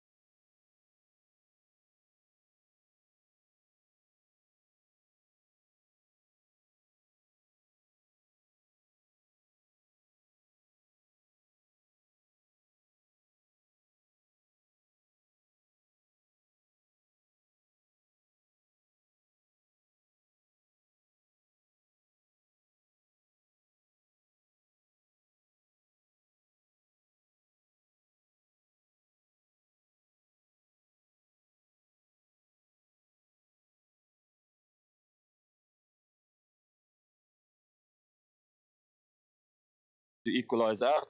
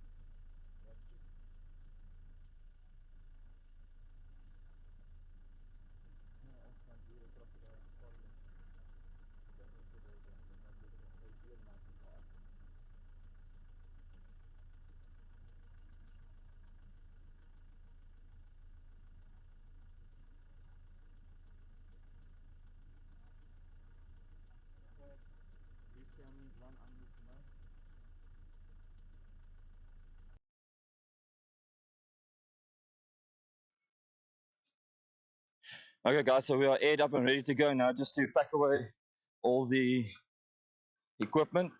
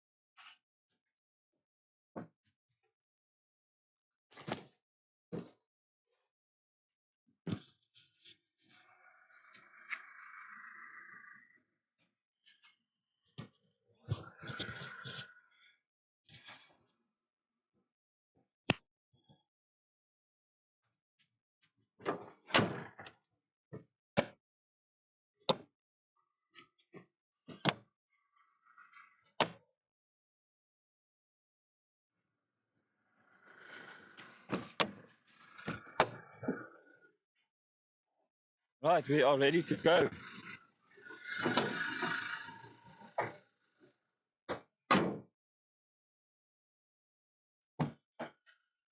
Right.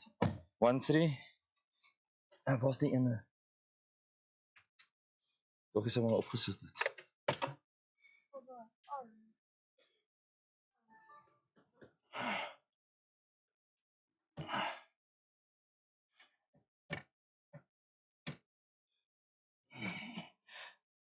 Okay.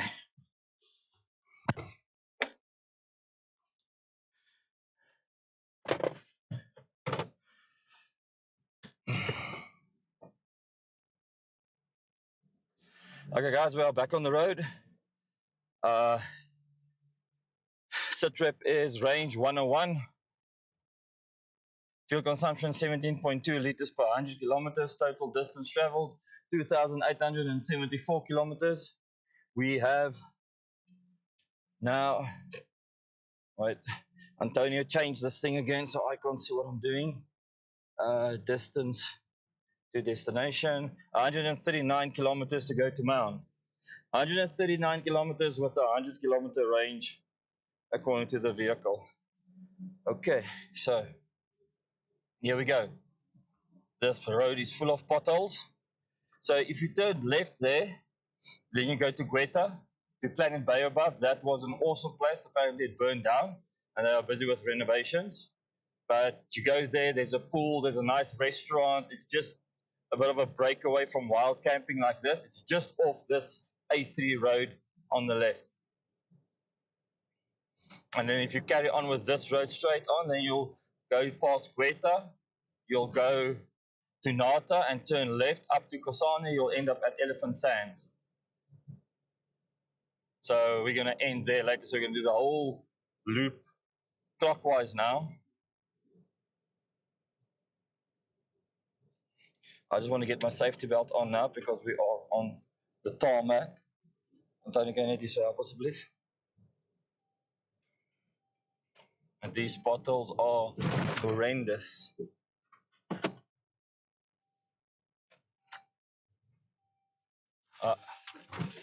Yeah.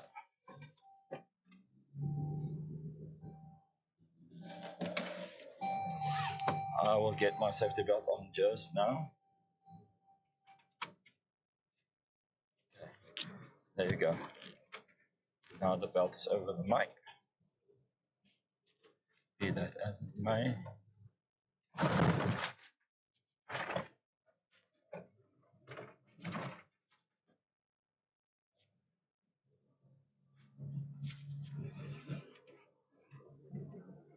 These potholes just jump out at you, eh? Sure, it's warm.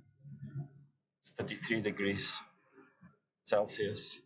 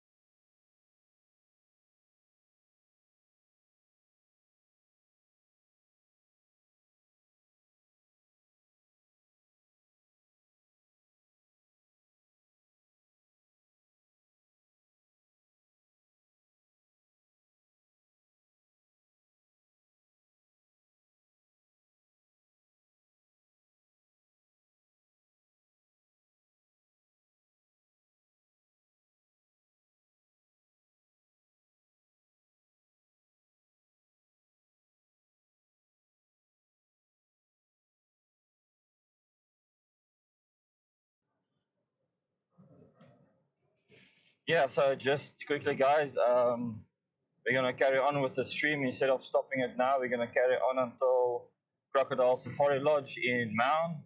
Hopefully, we don't need to do any more battery swapping changes, things like that. And then we're going to conclude the stream over there. To be quite honest, we are completely knackered at this stage. Driving, concentrating on these roads really takes it out of you. And we've still got 122 kilometers to go. We are on the A3 now. And then 31 degrees Celsius, 83 kilometer range, 15.3 liters on 100 kilometers, and 2,891 kilometers in total so far.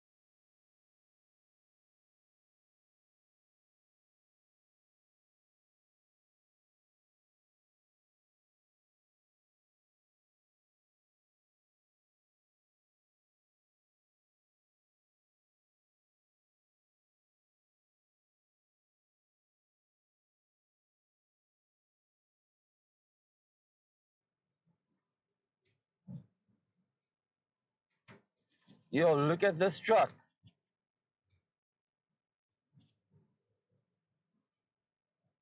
Did you see how crab walk that truck went? I thought the truck was pulled off to the side, so I slowed down because maybe he was waiting for animals. And the closer we got, I see it was moving forward, and then it was like, yo, that thing's bent completely. Yo, that thing's crab walking hectically. Okay, so we've just put in the GPS coordinates for Croc Camp, Crocodile Safari Lodge and Spa in Maun. So the new update is 118 kilometers to go, and then we'll conclude the stream. So thank you guys for sticking with us this long, those of you who have. And let's see if something happens on the road. It's on this road yesterday coming in to Nxai that we saw the elephants. Now on our left-hand side, yesterday it was on our right-hand side because we are going in the opposite direction.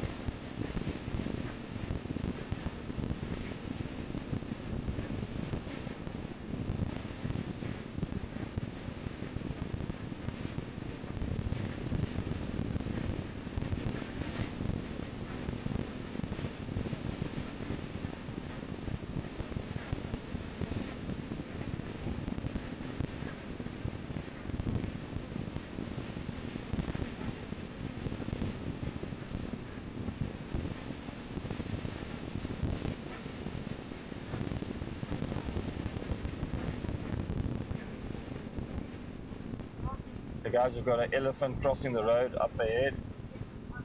On the left hand side, he came from right. Now I don't have a camera on the left hand side. Just put it main camera one, main camera one.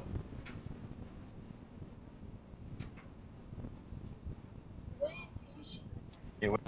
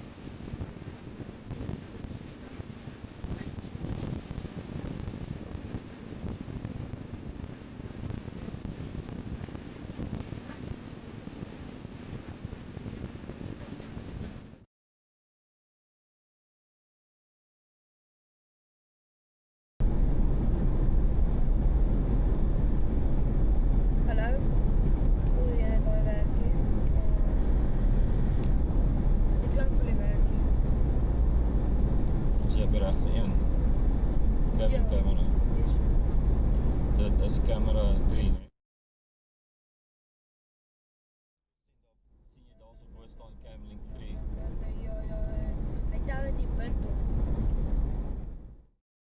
Nee, kyk. Kyk dan. Tanya, kan ek kyk terwyl ek ry en op flipping YouTube is nie, nee?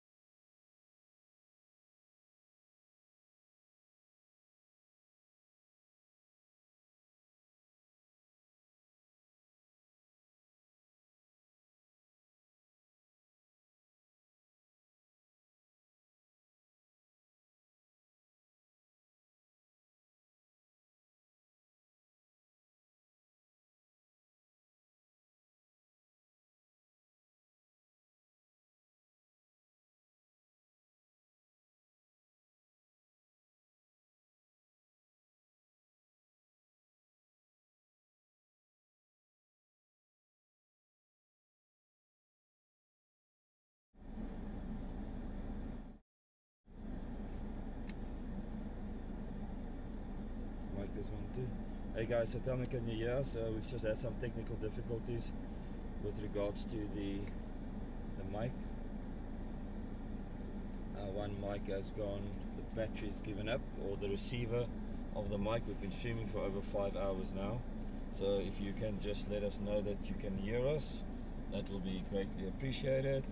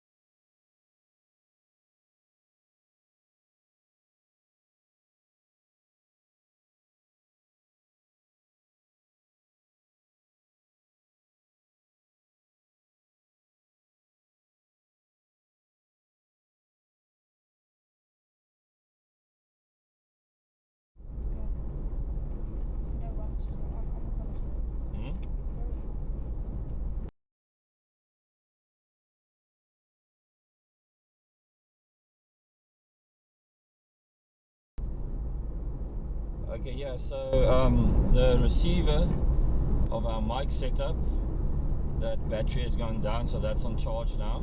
So we're currently just using the in-cabin camera's mic that's fixed to the action camera. I know it's softer now, thanks for that feedback. We can take the dBs a little bit up.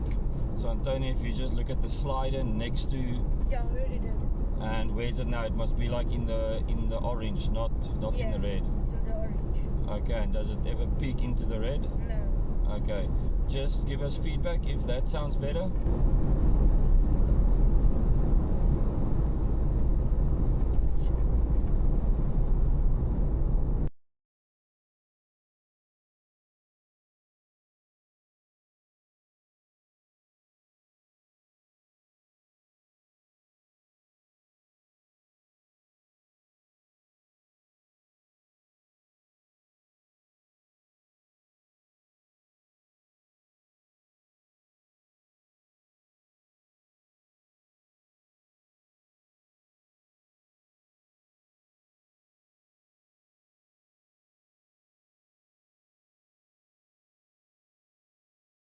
Where we branched off yesterday.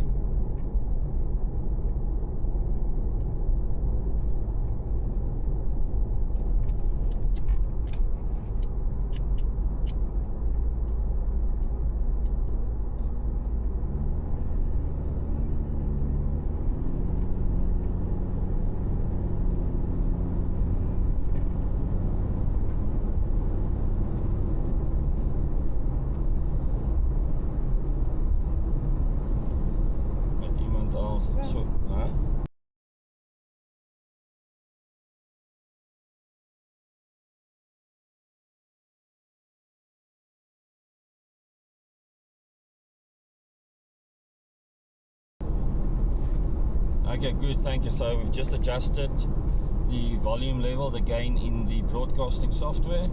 So good to know that everything is back up and running.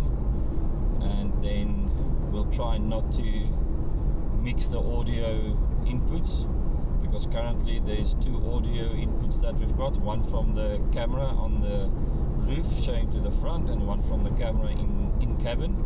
That's where my voice is coming through. So whenever we're on this scene, we need the cabin camera's mic on or the Cam Link's one mic on, but not both at the same time, otherwise you'll get that wind noise. Tell me quickly, when we have Cam Link 1, the roof on, is the wind noise a lot is the wind noise coming through very high and irritable, or is it fine? But maybe we can down that one's gain, because we are driving much faster now today than yesterday.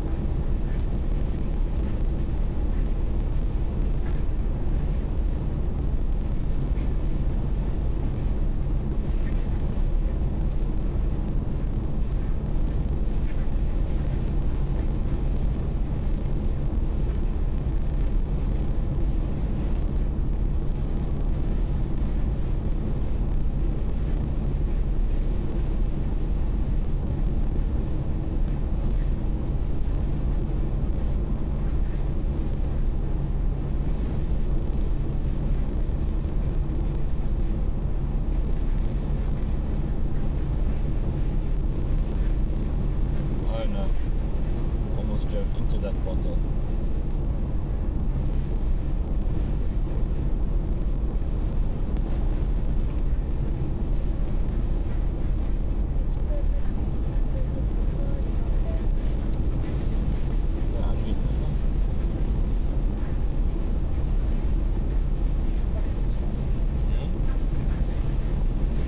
Okay, also it just occurred to me there's another setting that I can do with our mics, so that the mic can be always on, and once you speak it picks up your voice and then it will only read your voice, and that is by putting the low end noises much lower, so it will cut out any noise that's not triggered from my voice. So it needs to reach a certain level, like 78 or 80, so any noise under 80 might only pick up my voice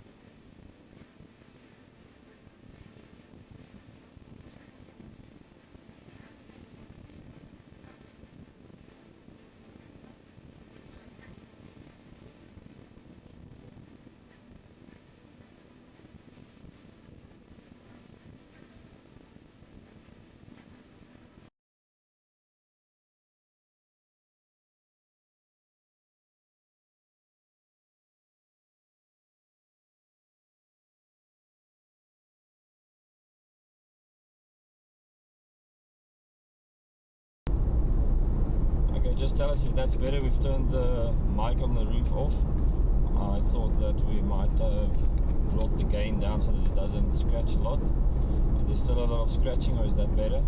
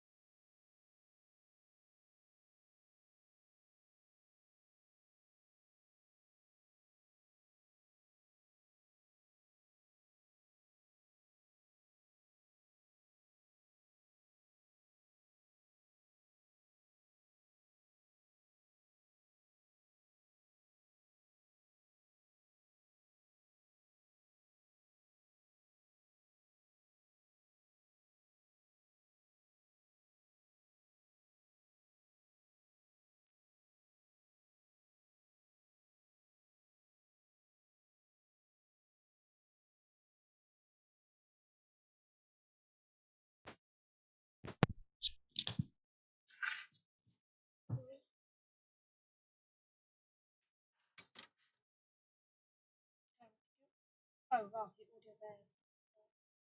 Ja, ik praat Afrikaans. That's okay.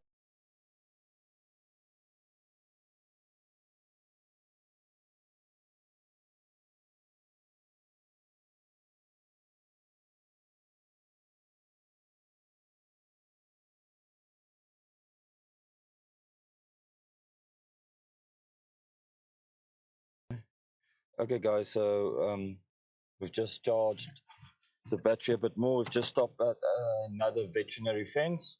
So this is where they check for foot and mouth disease. They need to wash down the vehicle and they need to step through a sponge of disinfectant. And then, okay, so we are good to go.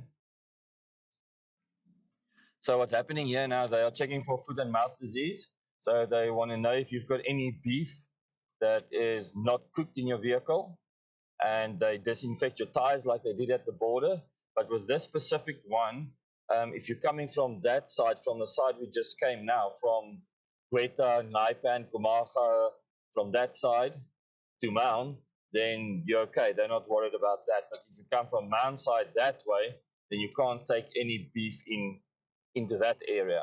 So Botswana is split up into different sections like that, and each section will have a certain kind of rule from which way you are allowed to bring in meat or not when it's foot and mouth disease. So we were good to go for now, and we don't have beef with us anyways. We only have one pack of chicken because that's the only meat that they sold at the Pick and Pay in Letlhakane.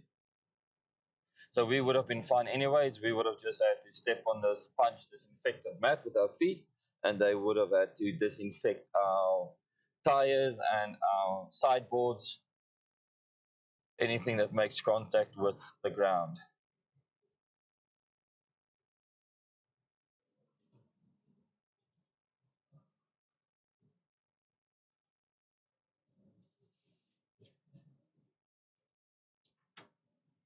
So can we just get a report back if the sound is better, if the audio has been resolved?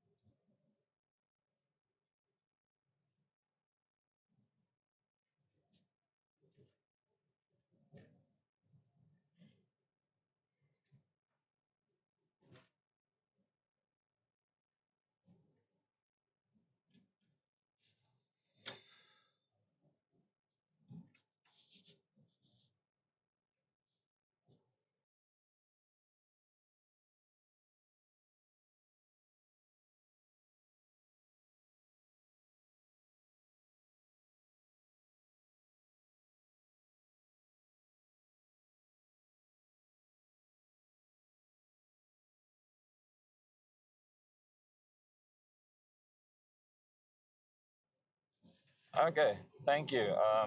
We just had an issue with our audio for a moment there. The receiver that receives it from the mic to the computer, that thing's battery went down because we left it in overnight. I think it was drained, but we've also been using it now for the past 4 days. So it lasted quite well. So we tried using the camera mics on the inside, but that's giving weird results. And now the receiver is on 50%, so we just decided to plug that in and use that for the remainder of this stream. So we're going to end the stream at Crocodile Safari Lodge. You can see how it looks there. And that will conclude our trip. We are now 62 kilometers away. The range that I've got on my fuel estimation, on my range estimation, is 27 kilometers. And I'm now on, let's focus there. I'm now on 12.8 liters per 100 kilometers. So Denzel, it's not looking good. And the closest garage, according to the GPS, is 49 kilometers. Hopefully there's an unregistered one that's closer, within 27 kilometers. Otherwise, we'll have to stop and fill in with the reserve diesel.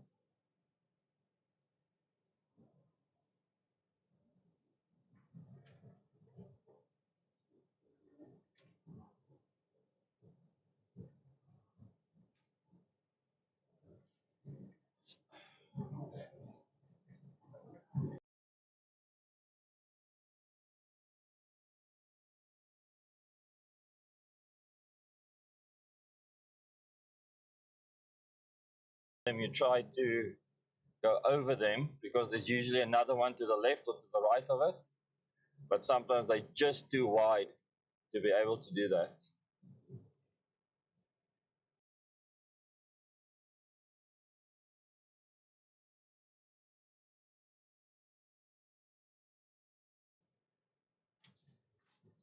Okay, thanks for that confirmation, Denzel. It's much appreciated. So what I was thinking now is, I know these streams are very long, so I think when I get home, I'm going to spend time with the videos and then put timestamps in, so that you can skip to the parts like where we get to Baines Baobabs, and then I'll chop it up into, okay, the road from Nxai to Maun and elephant sighting. And I think that will help out viewers that's going to watch it after the stream, if you've got those timeline chunks at the bottom.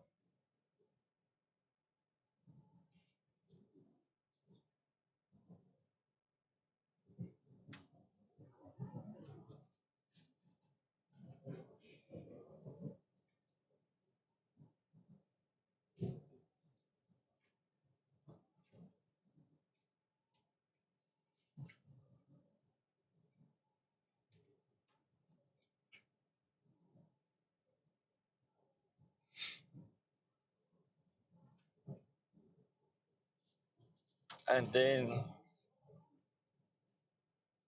then with this whole expedition will be concluded with a sunset stream at Kubu Island, if it is accessible. If it's not accessible, then, well, we'll only find out when we get to the gate, or we'll try and find out from Elephant Sands. Otherwise, we'll conclude it at Elephant Sands.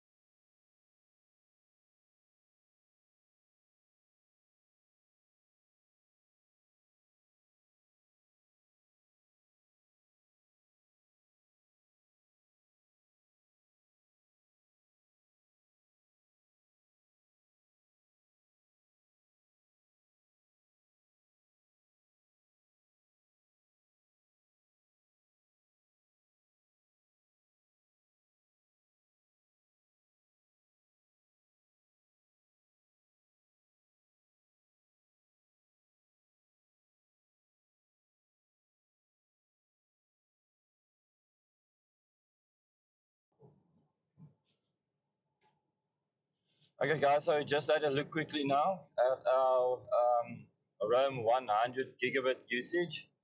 We were at, I think, 42 gigs this morning, if I remember properly.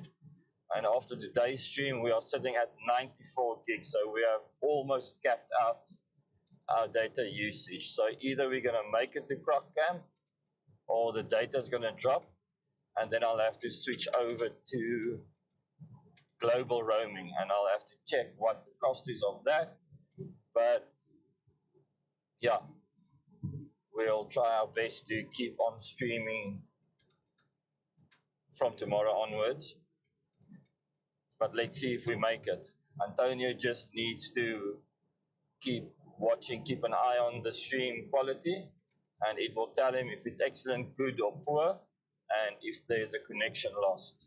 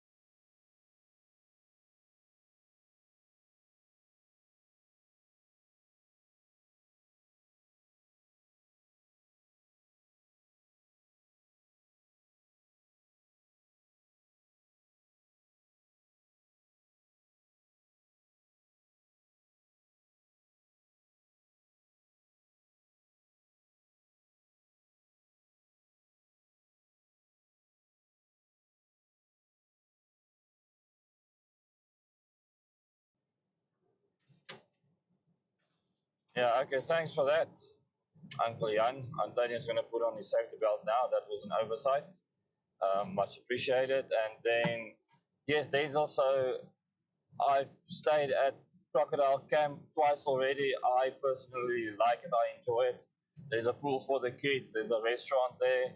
There's 220-volt electricity. There's nice grass and shade there.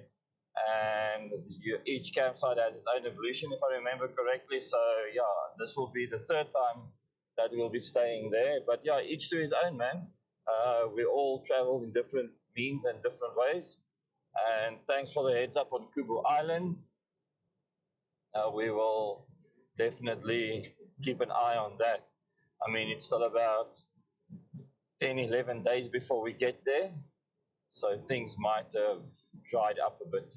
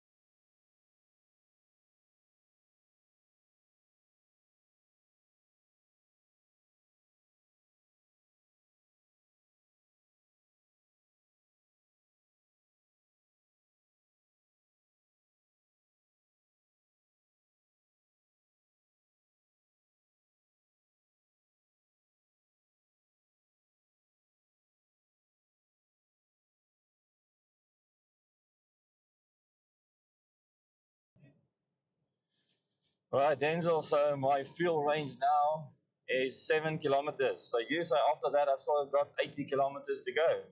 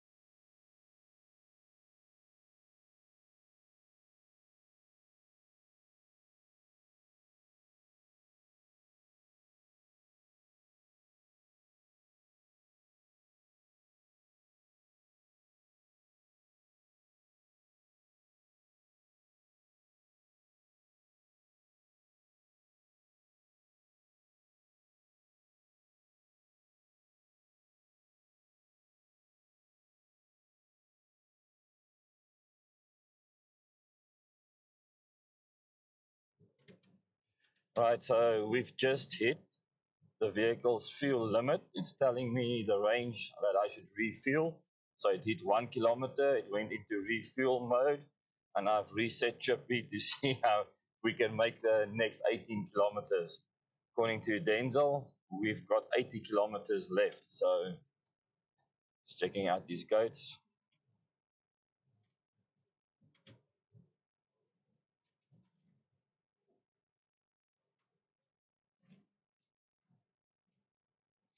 And if push comes to shove, we do have 20 liters on the roof.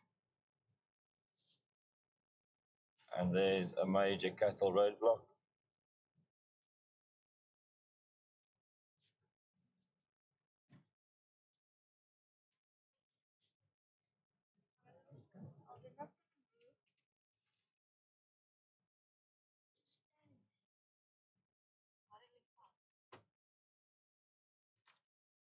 Are they waiting for the dog?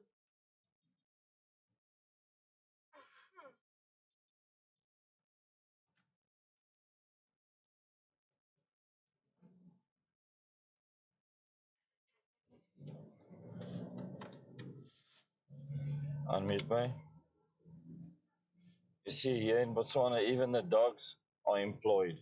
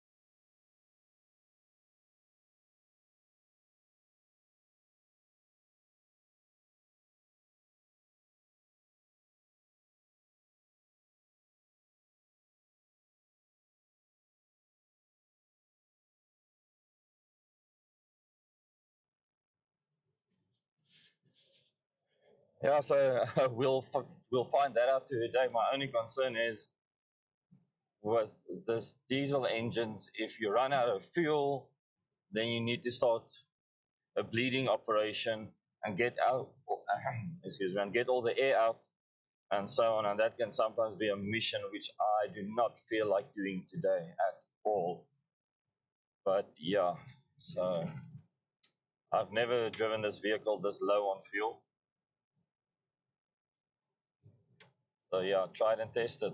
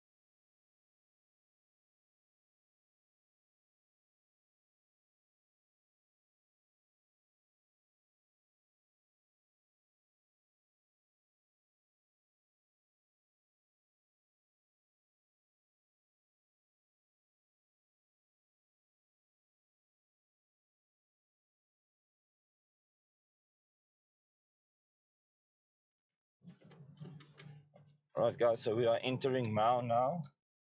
It's 32 degrees outside. It's 2 minutes past 4.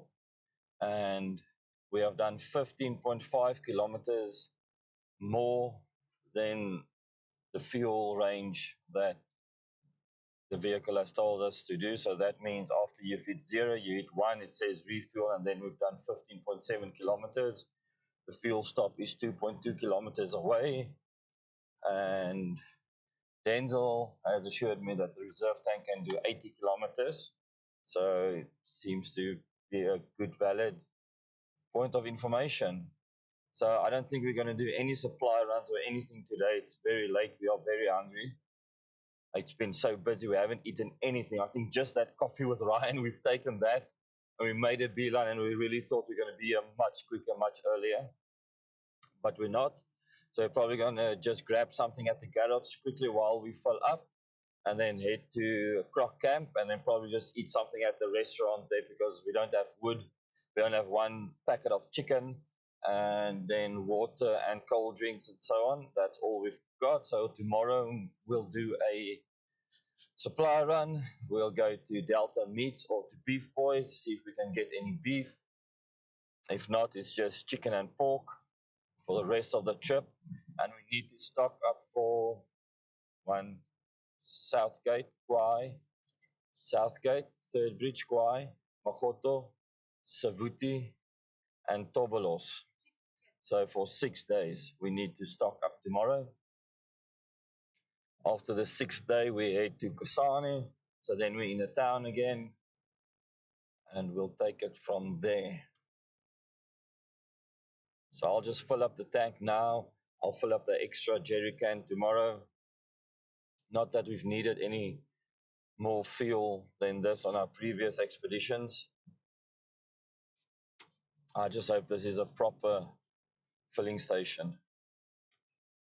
And currently we've done 3,005 kilometers. So this marks the halfway point of our expedition, because usually it's a 6,000 kilometer round trip.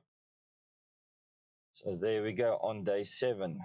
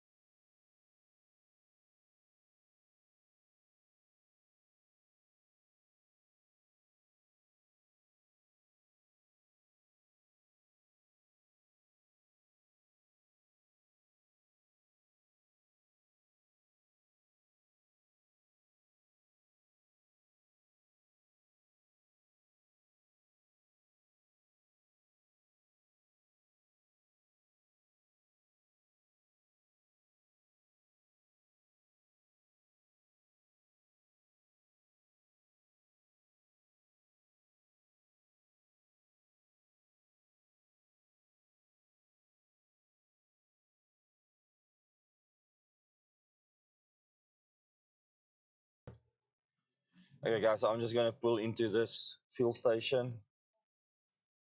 Caltex Astron. I hope there's a shop here. There's a builder's warehouse.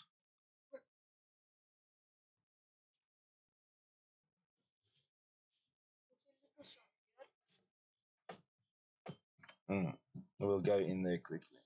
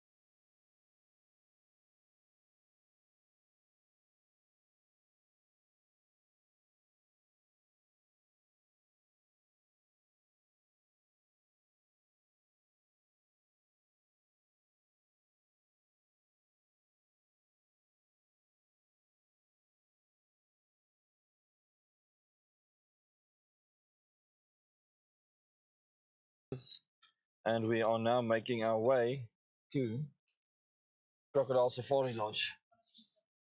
Wat? Niks weers. Maar ja, oké. Want hy het aan gegaan, Mm. maar die data is weer aan.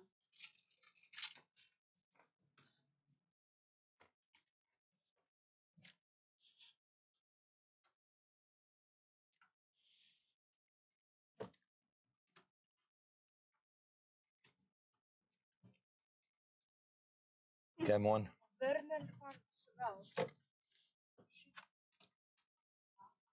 Sit up.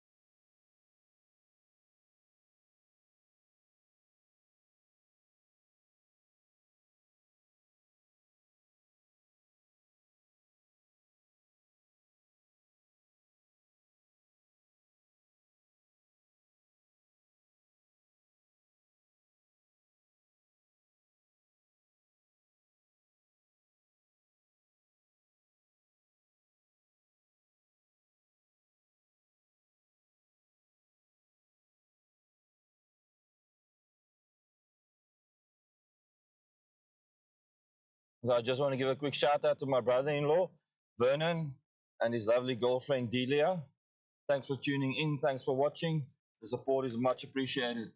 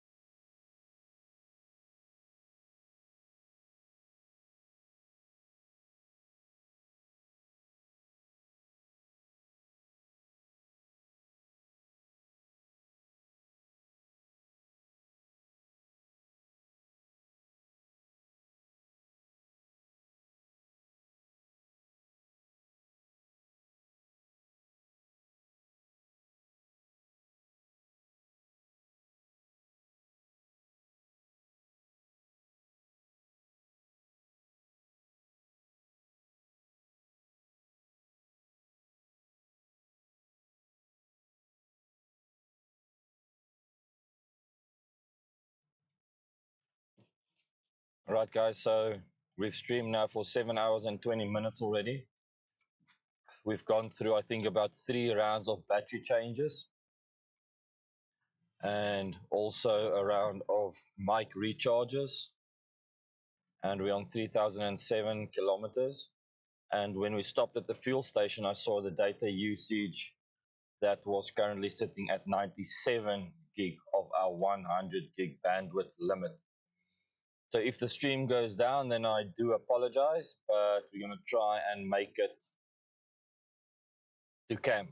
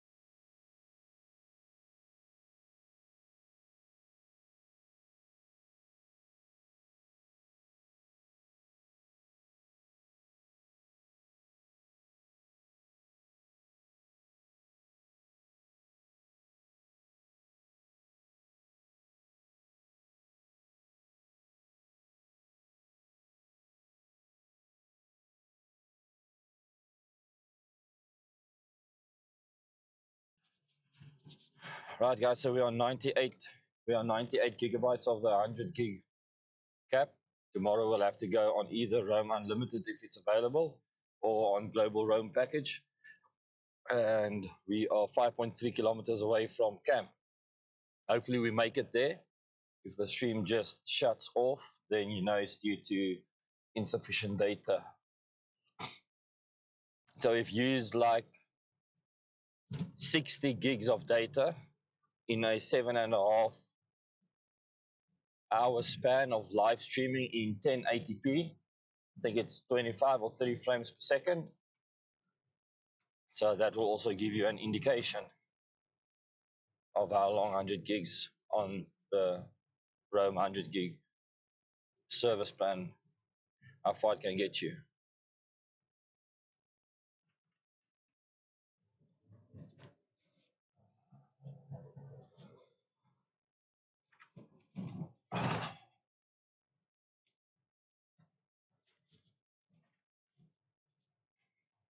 But don't you have your phone? As a commute.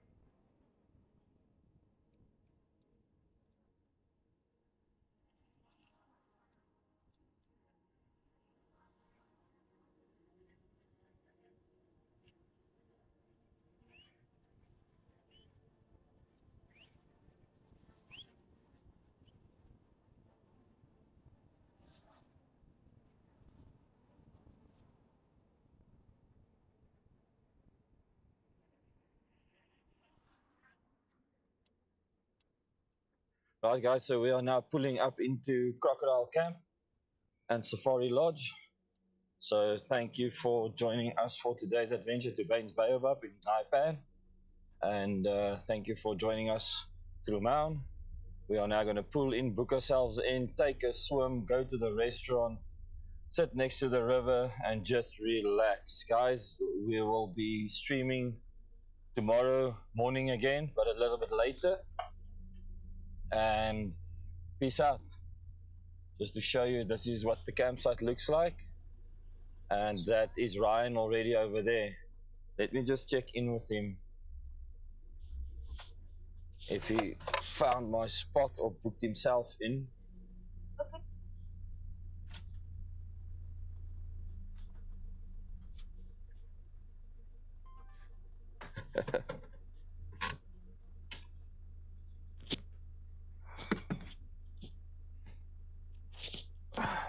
Okay, guys, we are here at Crocodile Safari Lodge. Eventually, yo, dude, what a drive, what a day. How's your back, bro?